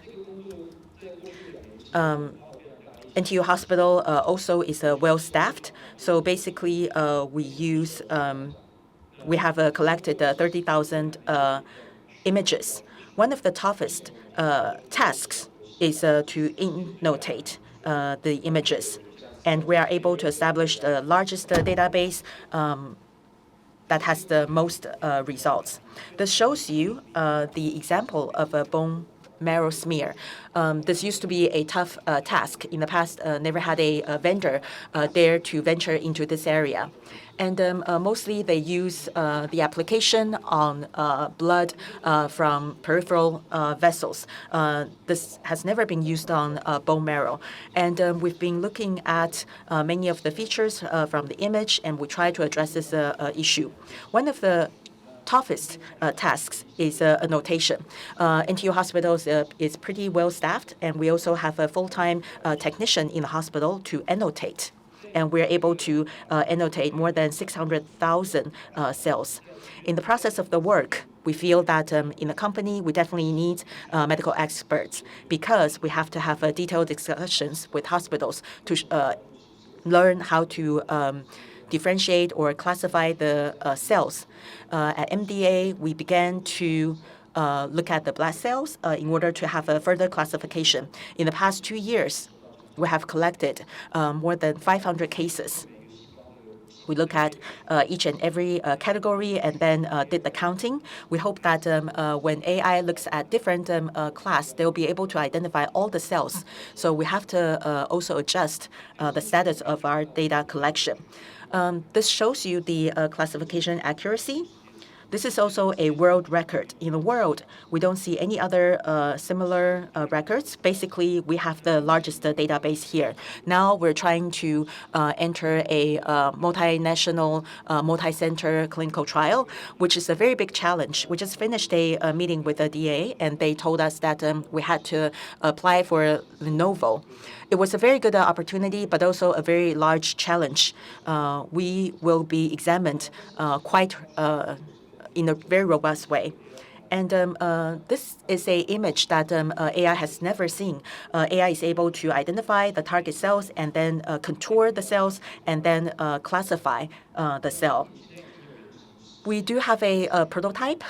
In Medica, we had this showcase in the Taiwan Pavilion. We had a high-end camera and a airbox to do the counting, which is next to the our microscope, and we're able to identify and classify the cells within a very short period of time. The second use case is nasopharyngeal carcinoma. We have been working very hard to promote the work of digital pathological detection or analysis. Without AI, the ROI for hospitals is not very clear. So we'd like to create a successful use case to persuade the hospitals that it is worthwhile to make investments in this area. This is a project working with the Chang'an Memorial Hospital. We have collected more than 1,000 whole slides. And we're trying to train the AI to identify the nasopharyngeal carcinoma to facilitate the diagnosis.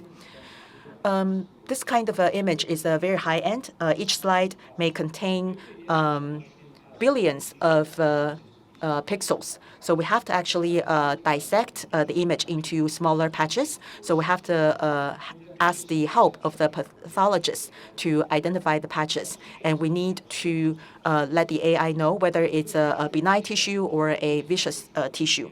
So 2 stages of training. We first asked AI to look at 256 times 256 pixel area, and we're able to achieve AROC of 0.99, which is an area under curve. So you can look at it as 99% of accuracy. If you look at the whole slide, once AI looks at every patch, then they will turn them or translate them into 3 numbers. So background, benign tissue, and malicious tissue. Then we turn the smaller pictures to train the AI again to come up with a model. The question to answer is are there cancer cells on the slide? We're able to achieve the ROC of 0.98, and we have published the first article on Cancer Journal.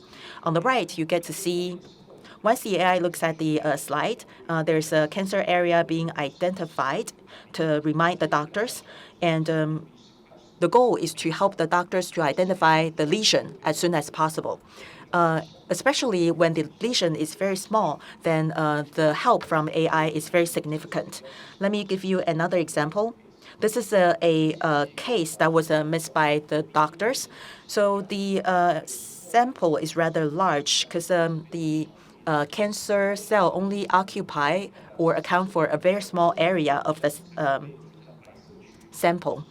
And the white areas are identified by AI to be having nasopharyngeal carcinoma.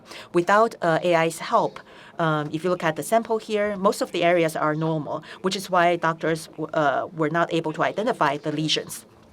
For simpler cases, AI may not do a lot, but for smaller lesions, doctors may have to spend more than 10 minutes to look at the slide, but still miss it, but then AI can kick in and provide help.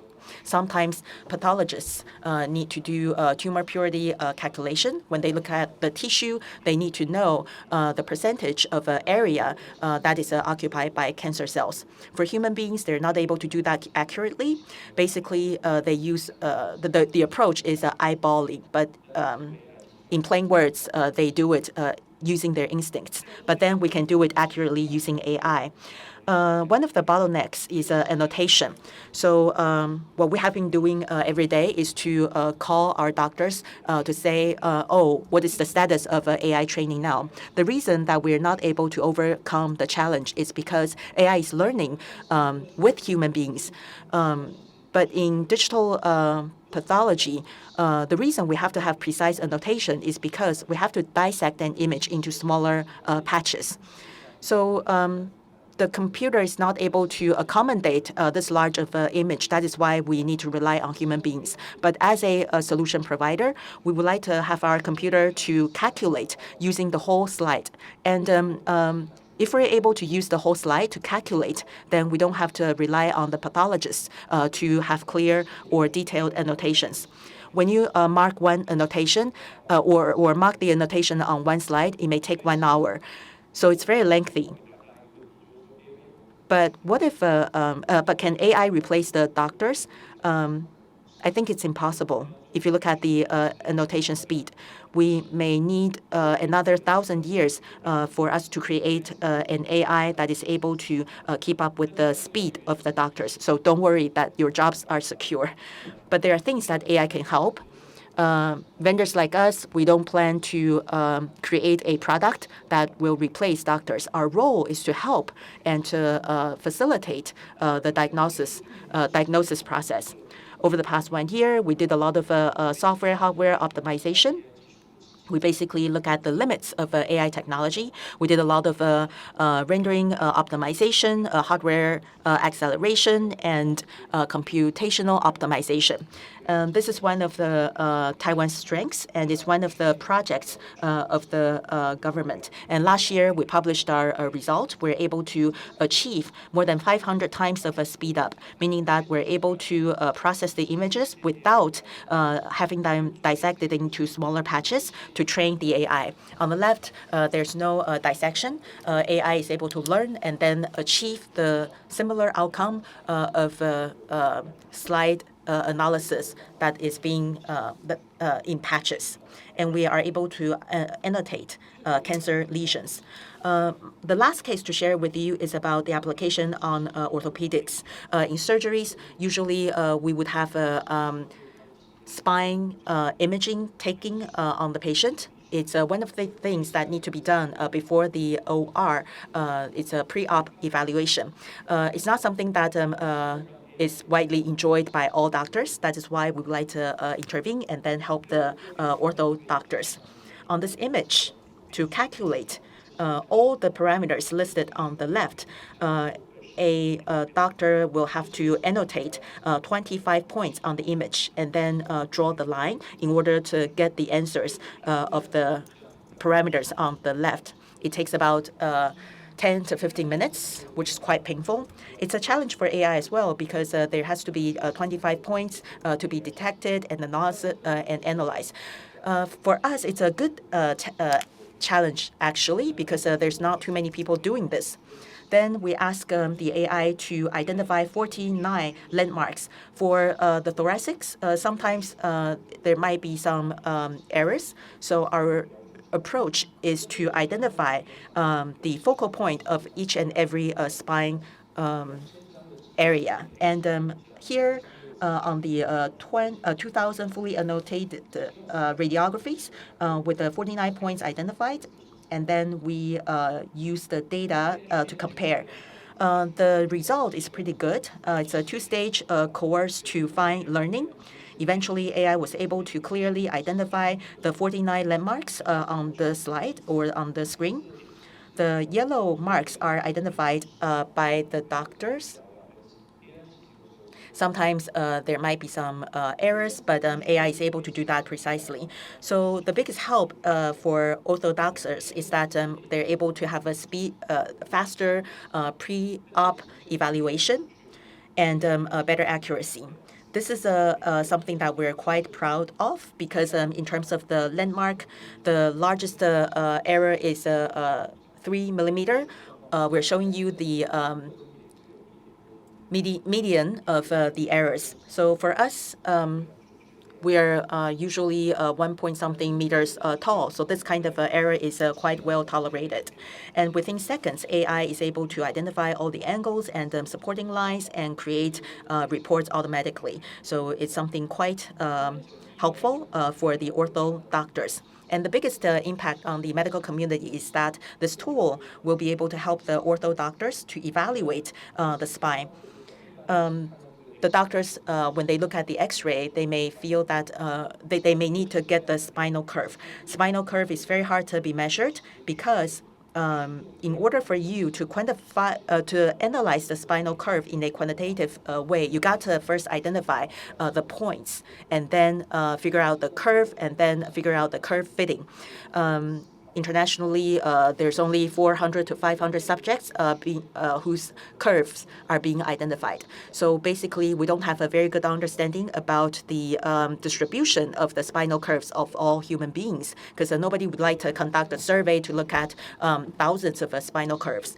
With such a tool available, ortho doctors will be able to identify the landmarks and then have a landmark analysis, and then further combine the curves to conduct spinal curve analysis. With such tool, ortho doctors will be able to collect thousands of data points to analyze. We're now in stage 2, And we have already published a paper, and now we're preparing to submit the second paper. For the third paper, we're going to use the model on more than at least 10,000 people to identify their spinal curve. We try to identify normal subjects versus sick patients versus the elderly to identify the difference in their spinal curves. This is an example to show you the impact of AI on the medical community. Currently, medical imaging companies are doing things that doctors are already doing. What we're trying to achieve is to achieve something faster through AI and something more accurate. So together, we would like to examine the opportunities in the medical community. For example, in terms of a bone marrow smear, when they perform such a task, they did not actually quantifiably compare the discrepancies between and among different technicians. But now, through AI, we are able to do so.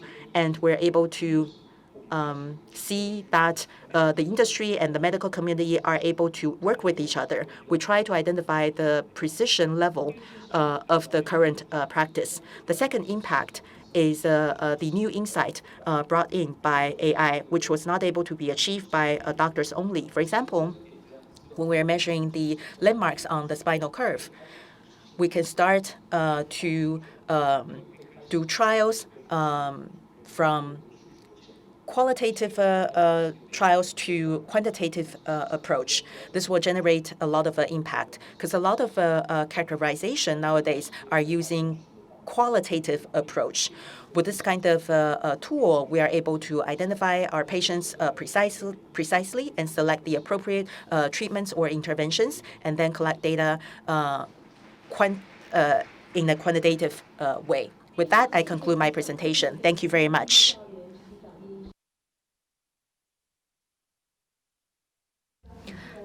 Thank you, Zhou Ye from Ether AI.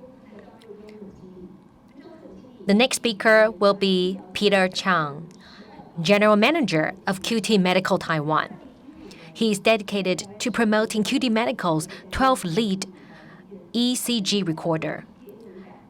Peter founded the QT Medical Taiwan's branch in 2015 and has served as the general manager of the company ever since then. He developed PCA 500, a 12-lead ECG procedure so simple that people with no experience or training can complete a medical standard ECG test. Please welcome Peter Chang.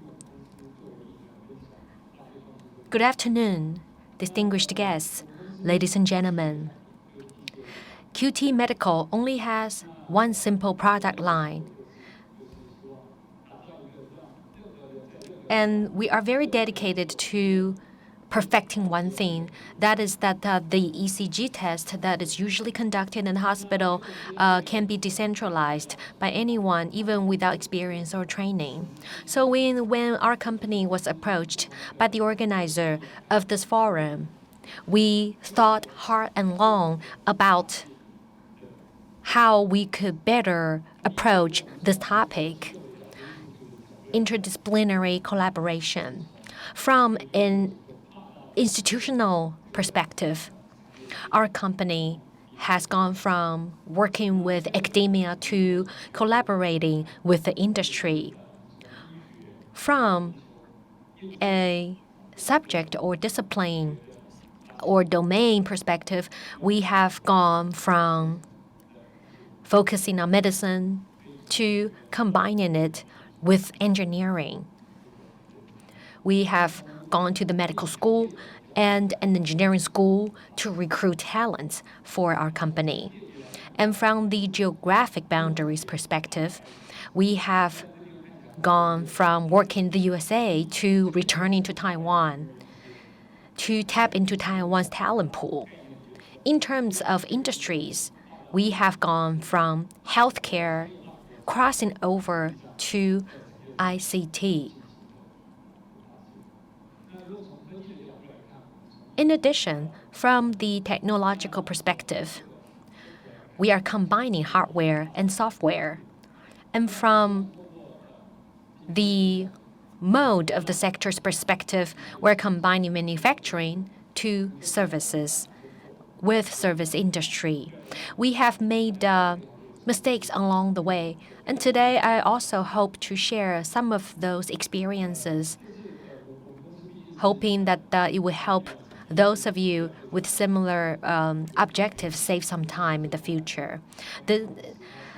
Professor Ray Kang Chang is the founder and CEO of our company. He is a professor at UCLA. He has been a pediatric cardiologist for 20 years.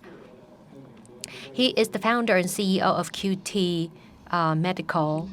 And most importantly, he has received the NIH research funding of over $10 million US. And because of the fund being injected into the company, our company was able to expand and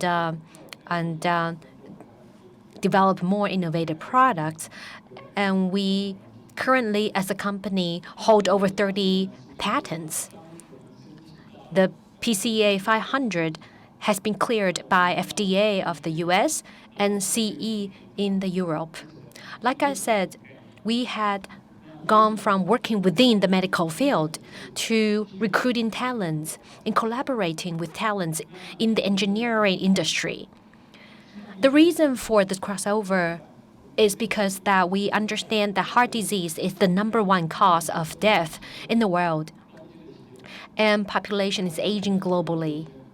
What if we could decentralize and the test of the ECG with many of the wearable devices out there? There are a lot of false alarms, false positive results, and this has troubled many users, causing them to be more reserved or hesitate toward using such devices, and this has caused doctors to be concerned as well. What if we can come up with a decentralized, accessible device that would ease people's concern? Telemedicine is only feasible when we have the right device. We have the real-time upload of the data that's collected by the device that is used on the patient at home or in a daily setting, and then the data could be analyzed immediately, and these are the factors for success. So after receiving the NIH funding, our headquarters were established in California. And the feasibility of our products was then verified. It was then decided that our company would then come to Taiwan to set up an Asian headquarters and to manufacture our products here in Taiwan. And our products are 100% made in Taiwan. The U.S. market accounts for 40% of the total market share of medical needs. So we then returned back to the U.S. to tap into the world's largest market. So, like I said, we have gone from the healthcare industry to working with the ICT industry. And as the MC mentioned, that our main product is a 12-lead ECG recorder, and our goal from the get-go was to be an upgrade from the conventional ECG recorder, for example, the Philips recorder, so that it could be used in home setting, and it could also be used by untrained non-medical professionals. In the past, an ECG recorder can only be operated by trained professionals. However, PCA 500 is a 12-lead ECG procedure that is so simple that people with no experience or training can complete a medical standard ECG test. So here we have the pre-positioned strip, which is patented. There's about 10 electrodes that have been pre-positioned on the strip. So you do not have to worry about where to position the electrodes because they have been pre-positioned for you. They have been attached to the strap.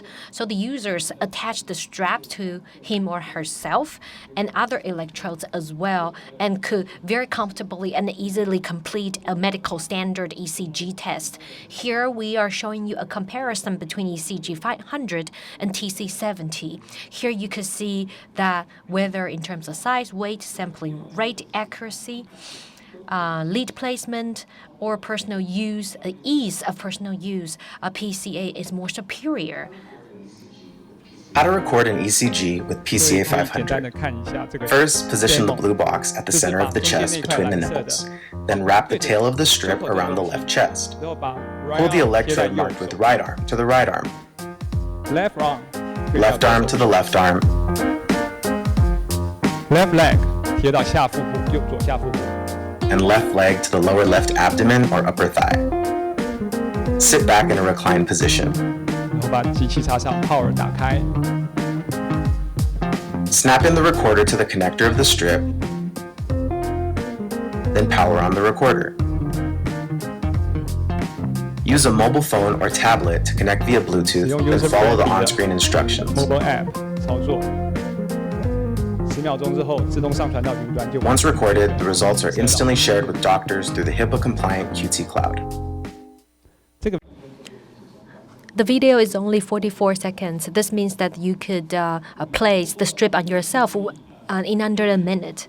So through clinical empirical studies, we have designed 4 different sizes for adult electrodes and 3 different sizes for pediatric electrodes.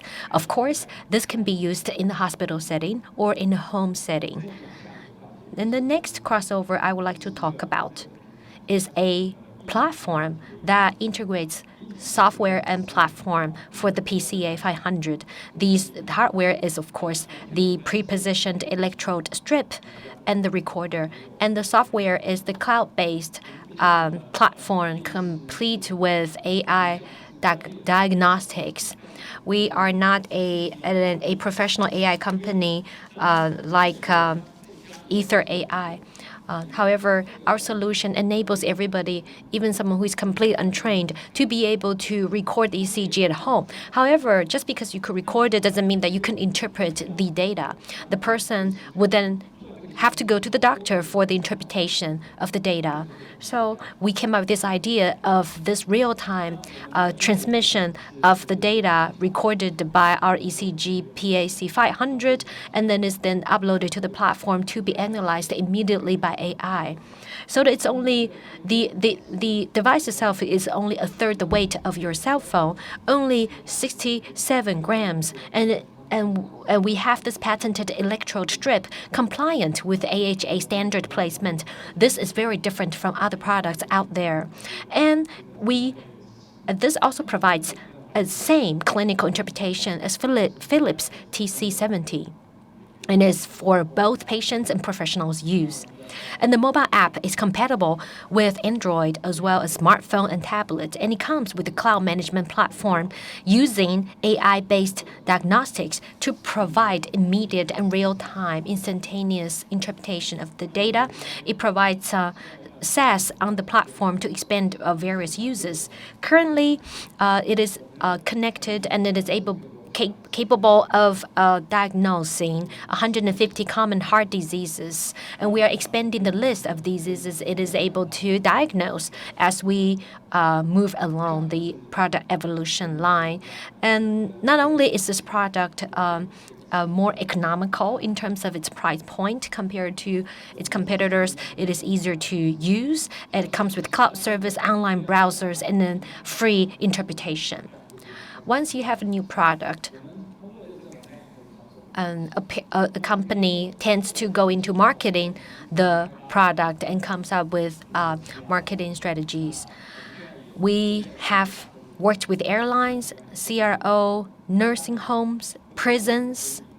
Many people may not quite understand why prisons represent such a large portion of the market. In fact, currently in the U.S., 2 million people are being imprisoned compared to only 1 million people who live in nursing homes. So we have tapped into that market. We also work with Med Air on the aviation market. Originally, we were going to introduce about 30,000 of our PAC 500 units to be used in the airline industry. However, because of the outbreak of COVID-19, this plan was delayed, but we're still on the right track. And the top 10 CROs most of the top 10 CROs have already formed partnerships with us. In addition, there are even more business opportunities for example, post-operation monitoring, CHD, which is a larger market. In the future, an even larger market and more business opportunities would come from home care, which could be as large as $10 billion. Amid the COVID-19 crisis, many customers are looking into telemedicine as an option. Many customers shy away from going to the hospitals because of fear of infection.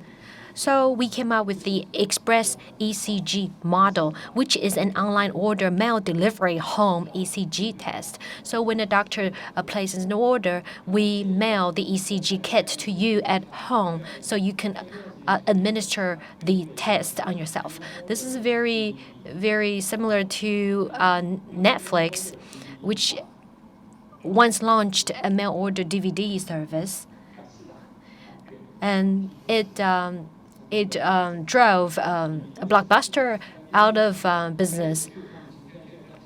However, Netflix is now focusing on live streaming, not so much on the mail ordering, a home delivery service, but we used the same idea to create this online order mail delivering home ECG services.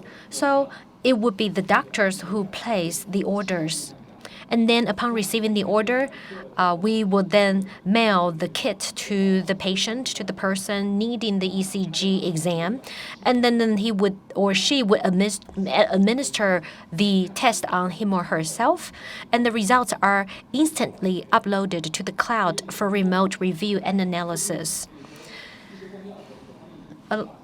Many clinics that are shut down due to the pandemic crisis are reopening because now the ECG can be resumed and they could mail order the kits for the patients to administer the test on themselves at home. So what we're doing here is to create a very innovative platform with breakthrough technology in order to come up with a disruptive business model. We are also working with a top university. We have signed an agreement with the university to build their telehealth center. They do not need to make extra investment. The deal is for us to provide to them our solutions so that they could test it out on a larger scale. In the past, ECG tests were carried out in the hospital. So the vendors of the equipment are only responsible for selling the equipment to the hospitals. So the ECG market is very, very much limited to what this light blue circle represents. It's only confined in the hospital setting. However, once with the availability of the ECG, it becomes a triangular relationship. The market itself is largely expanded. So here, the role of the device provider has been enlarged or heightened in the process because it then could work with hospitals and as well as the patients. Each year, 100 million 12-lead ECG tests were carried out in the U.S. alone. Let's say that we're able to obtain 5% of the market share.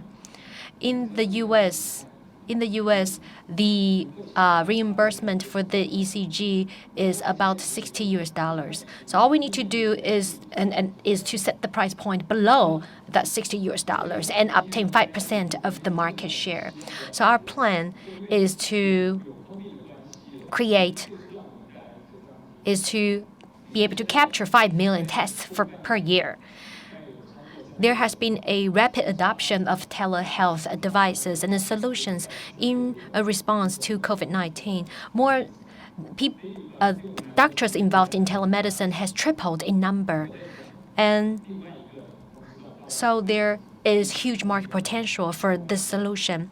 I would also like to share with you iRhythm, which is a case for a very successful market expansion. It is not our competitor. It specializes in one lead holder, and it expands the 24-hour monitoring to 14-day monitoring. In the past, this had to be done by with the patient carrying around a device with 3 electrodes. But their new device is so compact that it resembles the tiny little pill box that is attached to the chest. So the patient wears that for about 14 days, and then the person rips it off his chest and puts it in mail and returns it back to iRhythm for analysis. And however, our Express ECG is not in the same market segment with iRhythm. Yes, we are in the business of recording ECG, but we are more focused on patients' use at home with serial comparison report. So I believe that if you look at iRhythm, it only is reliant upon one single product.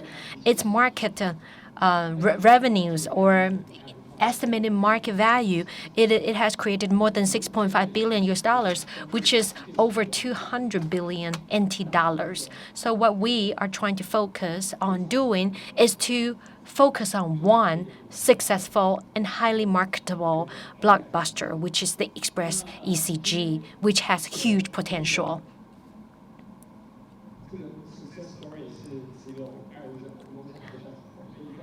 I do not consider my company to a success story. Here I'm sharing with you our observation of the iRhythm and how we can all learn from the success story of iRhythm. And with that, I conclude my presentation today. Thank you. Thank you, Mr. Peter Chang. He talked about Express ECG, as well as PAC 500. The next speaker will be Dr. Xu. He is the CEO and co-founder of Heroic Faith Medical Science. Through teleconsultation, the solutions of Heroic Faith Medical Science enable the use of precision medical equipment on patients in quarantine in order to offer remote consultation services, which are much needed during the pandemic. The company's solutions echo with Taiwan's international medical aid mission, Taiwan Can Help, and has contributed to the fight against COVID-19. Please welcome Dr. Xu. Good afternoon, everyone. I'm sure everybody's breathing, right? Because we're all alive. Breathing is one of the most important, if not the most important thing for human bodies. And Heroic Faith would like to work with excellent doctors and experts to come up with a solution to address the challenge of breathing. Breathing has always been a yet to address topic. Everybody knows that we're under the impact of COVID-19, and my slide is very similar to Dr. Chen's earlier. So COVID-19 basically is a pneumonia.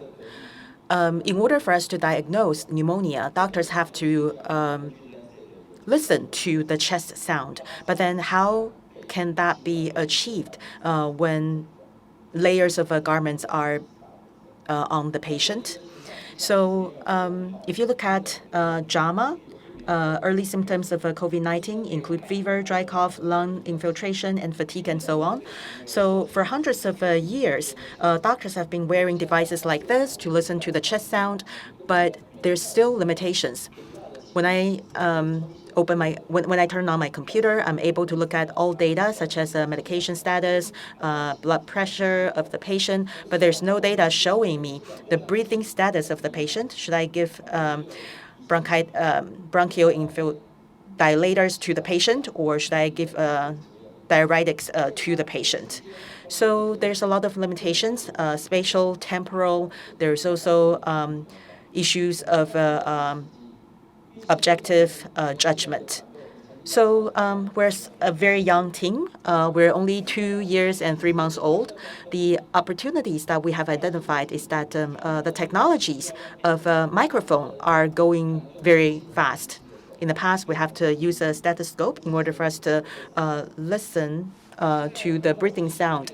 But the noise cancellation technology enables us to use iPod or earpod to create patches on human bodies to identify the breathing sounds. And the AI power enables us to know that we're able to identify differences in breathing sounds. We're the first company to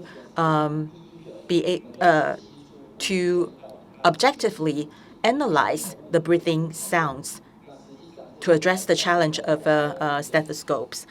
Still, we need to rely on the IoT technologies of Taiwan. When we talk about digital health, what opportunities are there? We talked about clinical trials, real-world evidence, disease management, especially hospitals. And my company is focused on screening and diagnosis. You may ask, are we able to treat or cure diseases by analyzing breathing sounds? Well, abnormalities in breathing sounds that I made earlier, is like a symptom that requires treatment. For young children, it could be asthma or COOP. For the elderly, it could be COPD. It could be pulmonary edema. But basically, breathing sounds are the leading symptoms for pulmonary conditions. And then other symptoms develop afterwards. So our job, unlike others, a lot of people are involved in the area of imaging or data analysis or continuous data collection. For us, we're focused on the continuous data collection of breathing sound, and I'm going to share with you some aspects about AI.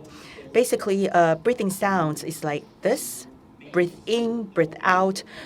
Every time it sounds differently.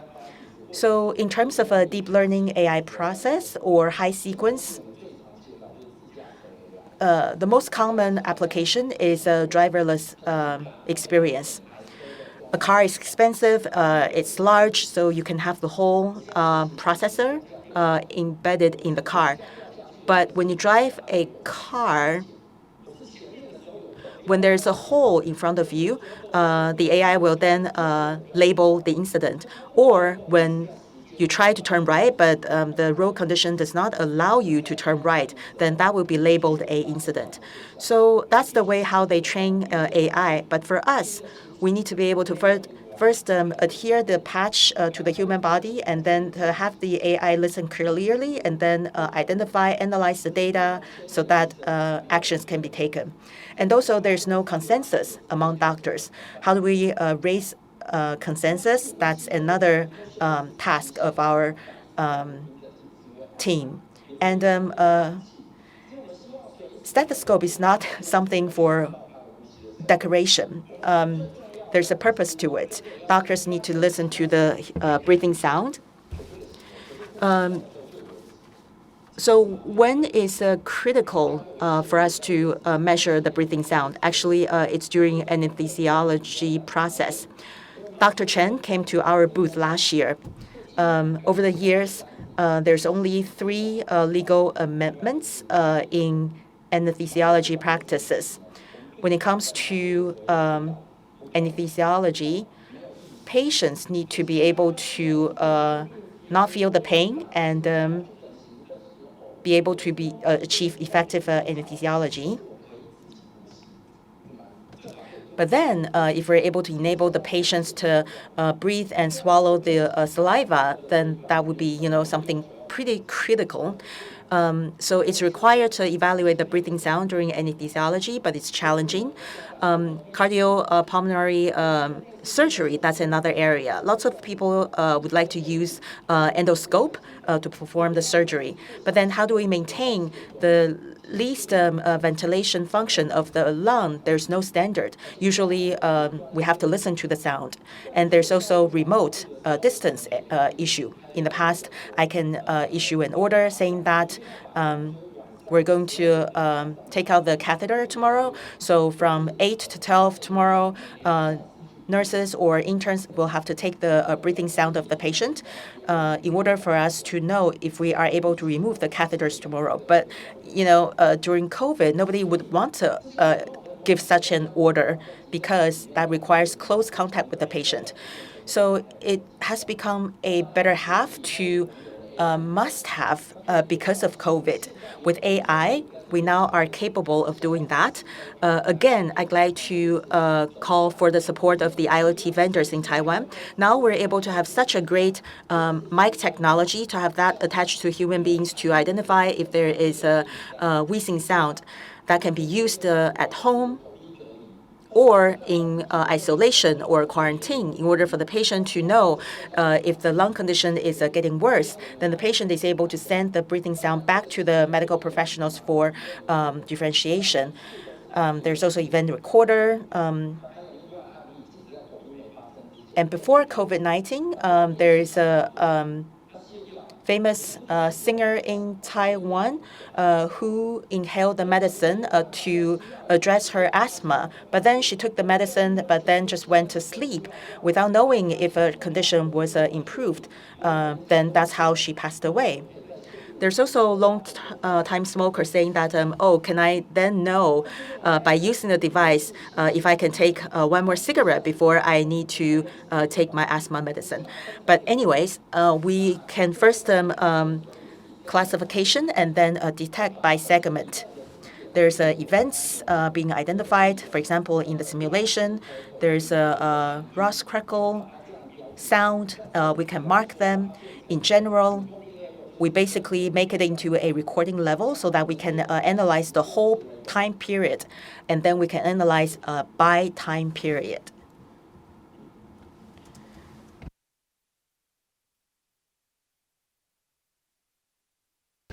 When we train the AI, we need to be able to identify normal versus abnormal breathing sound. We also need to calculate the breathing rate. We want to know the severity of the breathing condition. So the things that we need to look at is not complicated, just breathe in and breathe out. Ooh sound, which is a continuous abnormal sound, whether it's an upper respiratory tract or lower respiratory tract, or apnea during sleep, asthma, or this kind of sound, phlegm sound. Clinically, they represent or indicate different symptoms, but they do not but they are not conclusive for one specific condition. If you translate that into spectrums, but we're not training the AI using spectrums. If you look at the crackle, there's a vertical visual representation, and there's also continuous visual representation. We basically rely on our medical staff and advanced breathing care, especially Dr. Wang and many of my colleagues together corrected the parameters on the spectrum, so we're able to show them visually to achieve interpretation. The spectrums used here are basically the same spec used by submarines. Once we make the segmentations, medical staff will then again be involved in the development of AI. There's a lot of timelines and logics that need to be applied here. For example, this kind of breathing cycle. How does the computer know if it's breathing in or breathe out, inhaling or exhaling? It's quite difficult. It's impossible for a human being to inhale and exhale together. So there's only one conclusion. So it's a neither instead of and. So the accuracy went up 15% very quickly. We need the help of domain know-how in order to establish the deep learning model. In September 2019, these were our training sessions. Inhale, exhale are easy to analyze. When we judge the abnormalities, we need to use different pipelines, which is a CNRNN or convertibles. Then we need to make these understood by the medical staff or professionals in order for us to identify the optimal timelines to achieve the best sensitivity and accuracy. I'd like to show you a video here. This is next to the ventilator. It's a 4-channel monitoring mechanism. So what's the scenario? This is ground zero. In early March, we sent the machine to Wuhan. Back then, we didn't send the algorithm there. But they, in this protective garment, are not able to monitor or take the breathing sound. Our machines are able to provide 4 channels monitoring so that they know the breathing condition of the patient and if there's phlegm sound to inform their decision making, which really made a difference. If you look at the first column, the breathing rate, this is a 12-hour recording. Starting from midnight all the way to 6 a.m., the breathing rate is pretty stable. So this is a control mode on the ventilator, which is 20 ventilations. And then there's a support mode. For the second column, it's a wheezing detection. Before 6, it fits our physiological finding, which is a cluster every 30 minutes.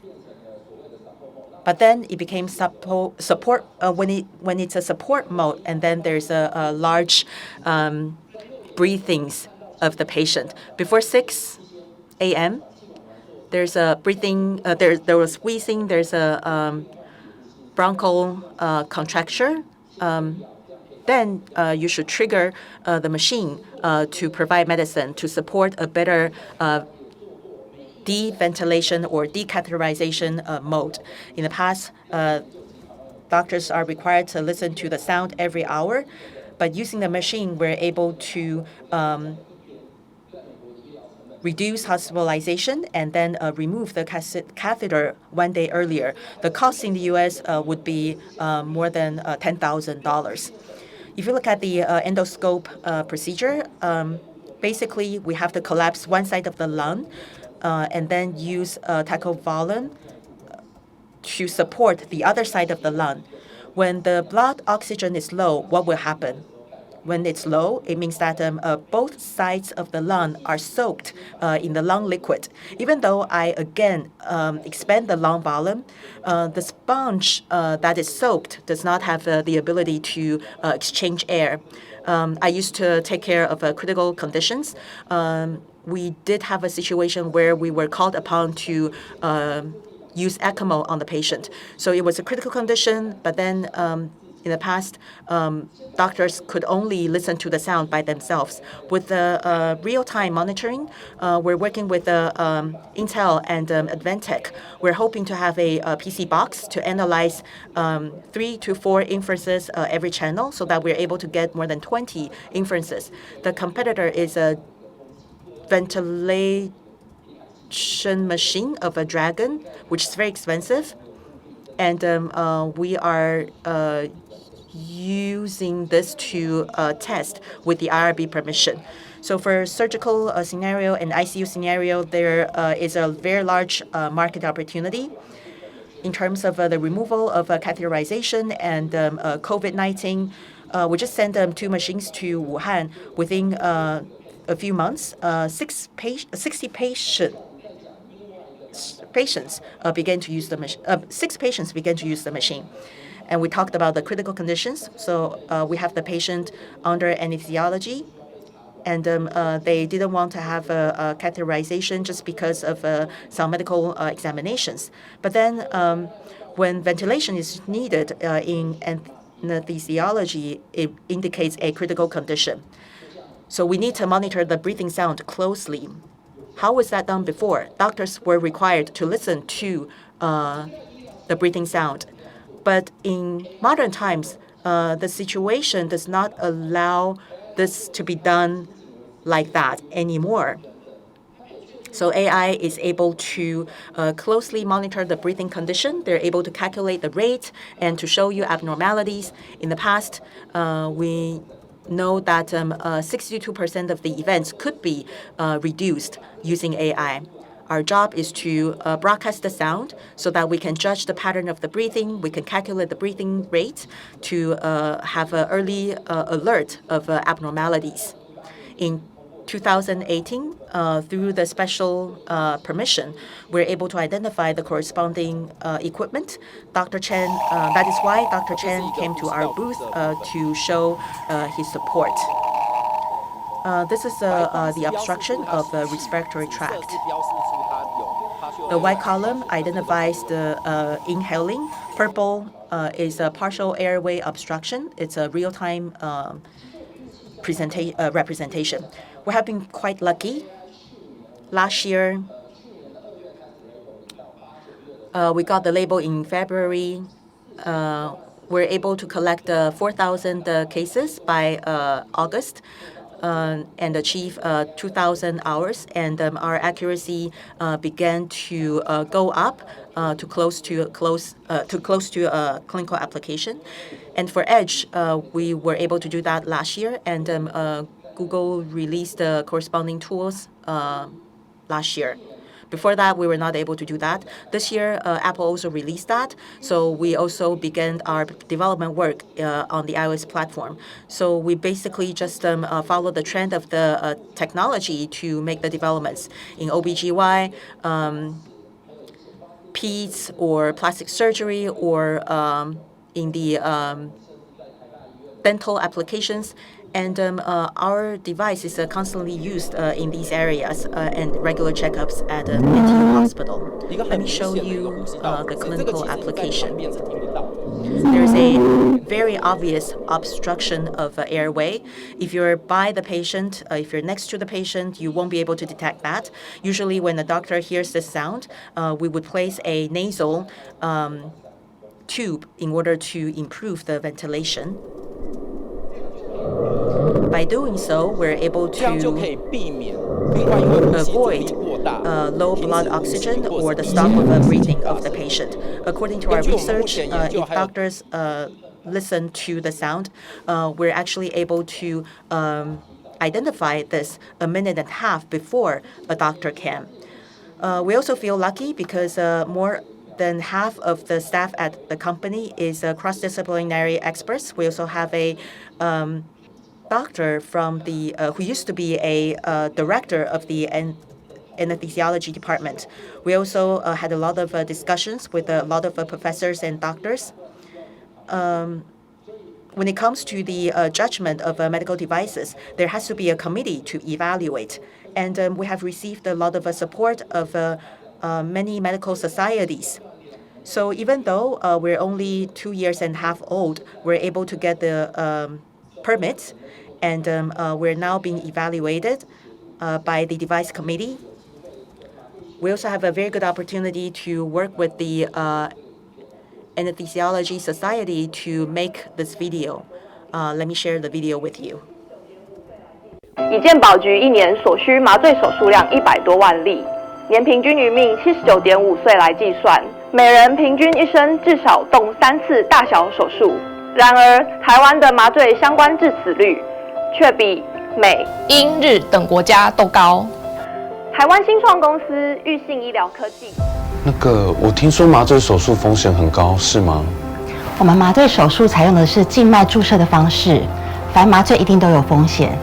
但是我们有麻醉医护同仁，而且我们有监视设备全程观察，所以其实你不用过度的担心。可是最近新闻这么多，我看了还是很担心。别担心，我们有裕信 Air Mode。手术当中，因为麻醉深度过深，导致于呼吸道无法有效建立，会导致血中氧气浓度的下降，产生呼吸道窘迫的危险。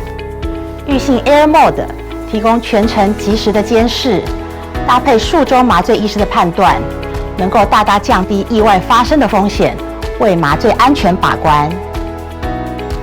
裕信 Air Mode 能够提供全程及时的监视，请病人平躺后，将主机放在患者附近，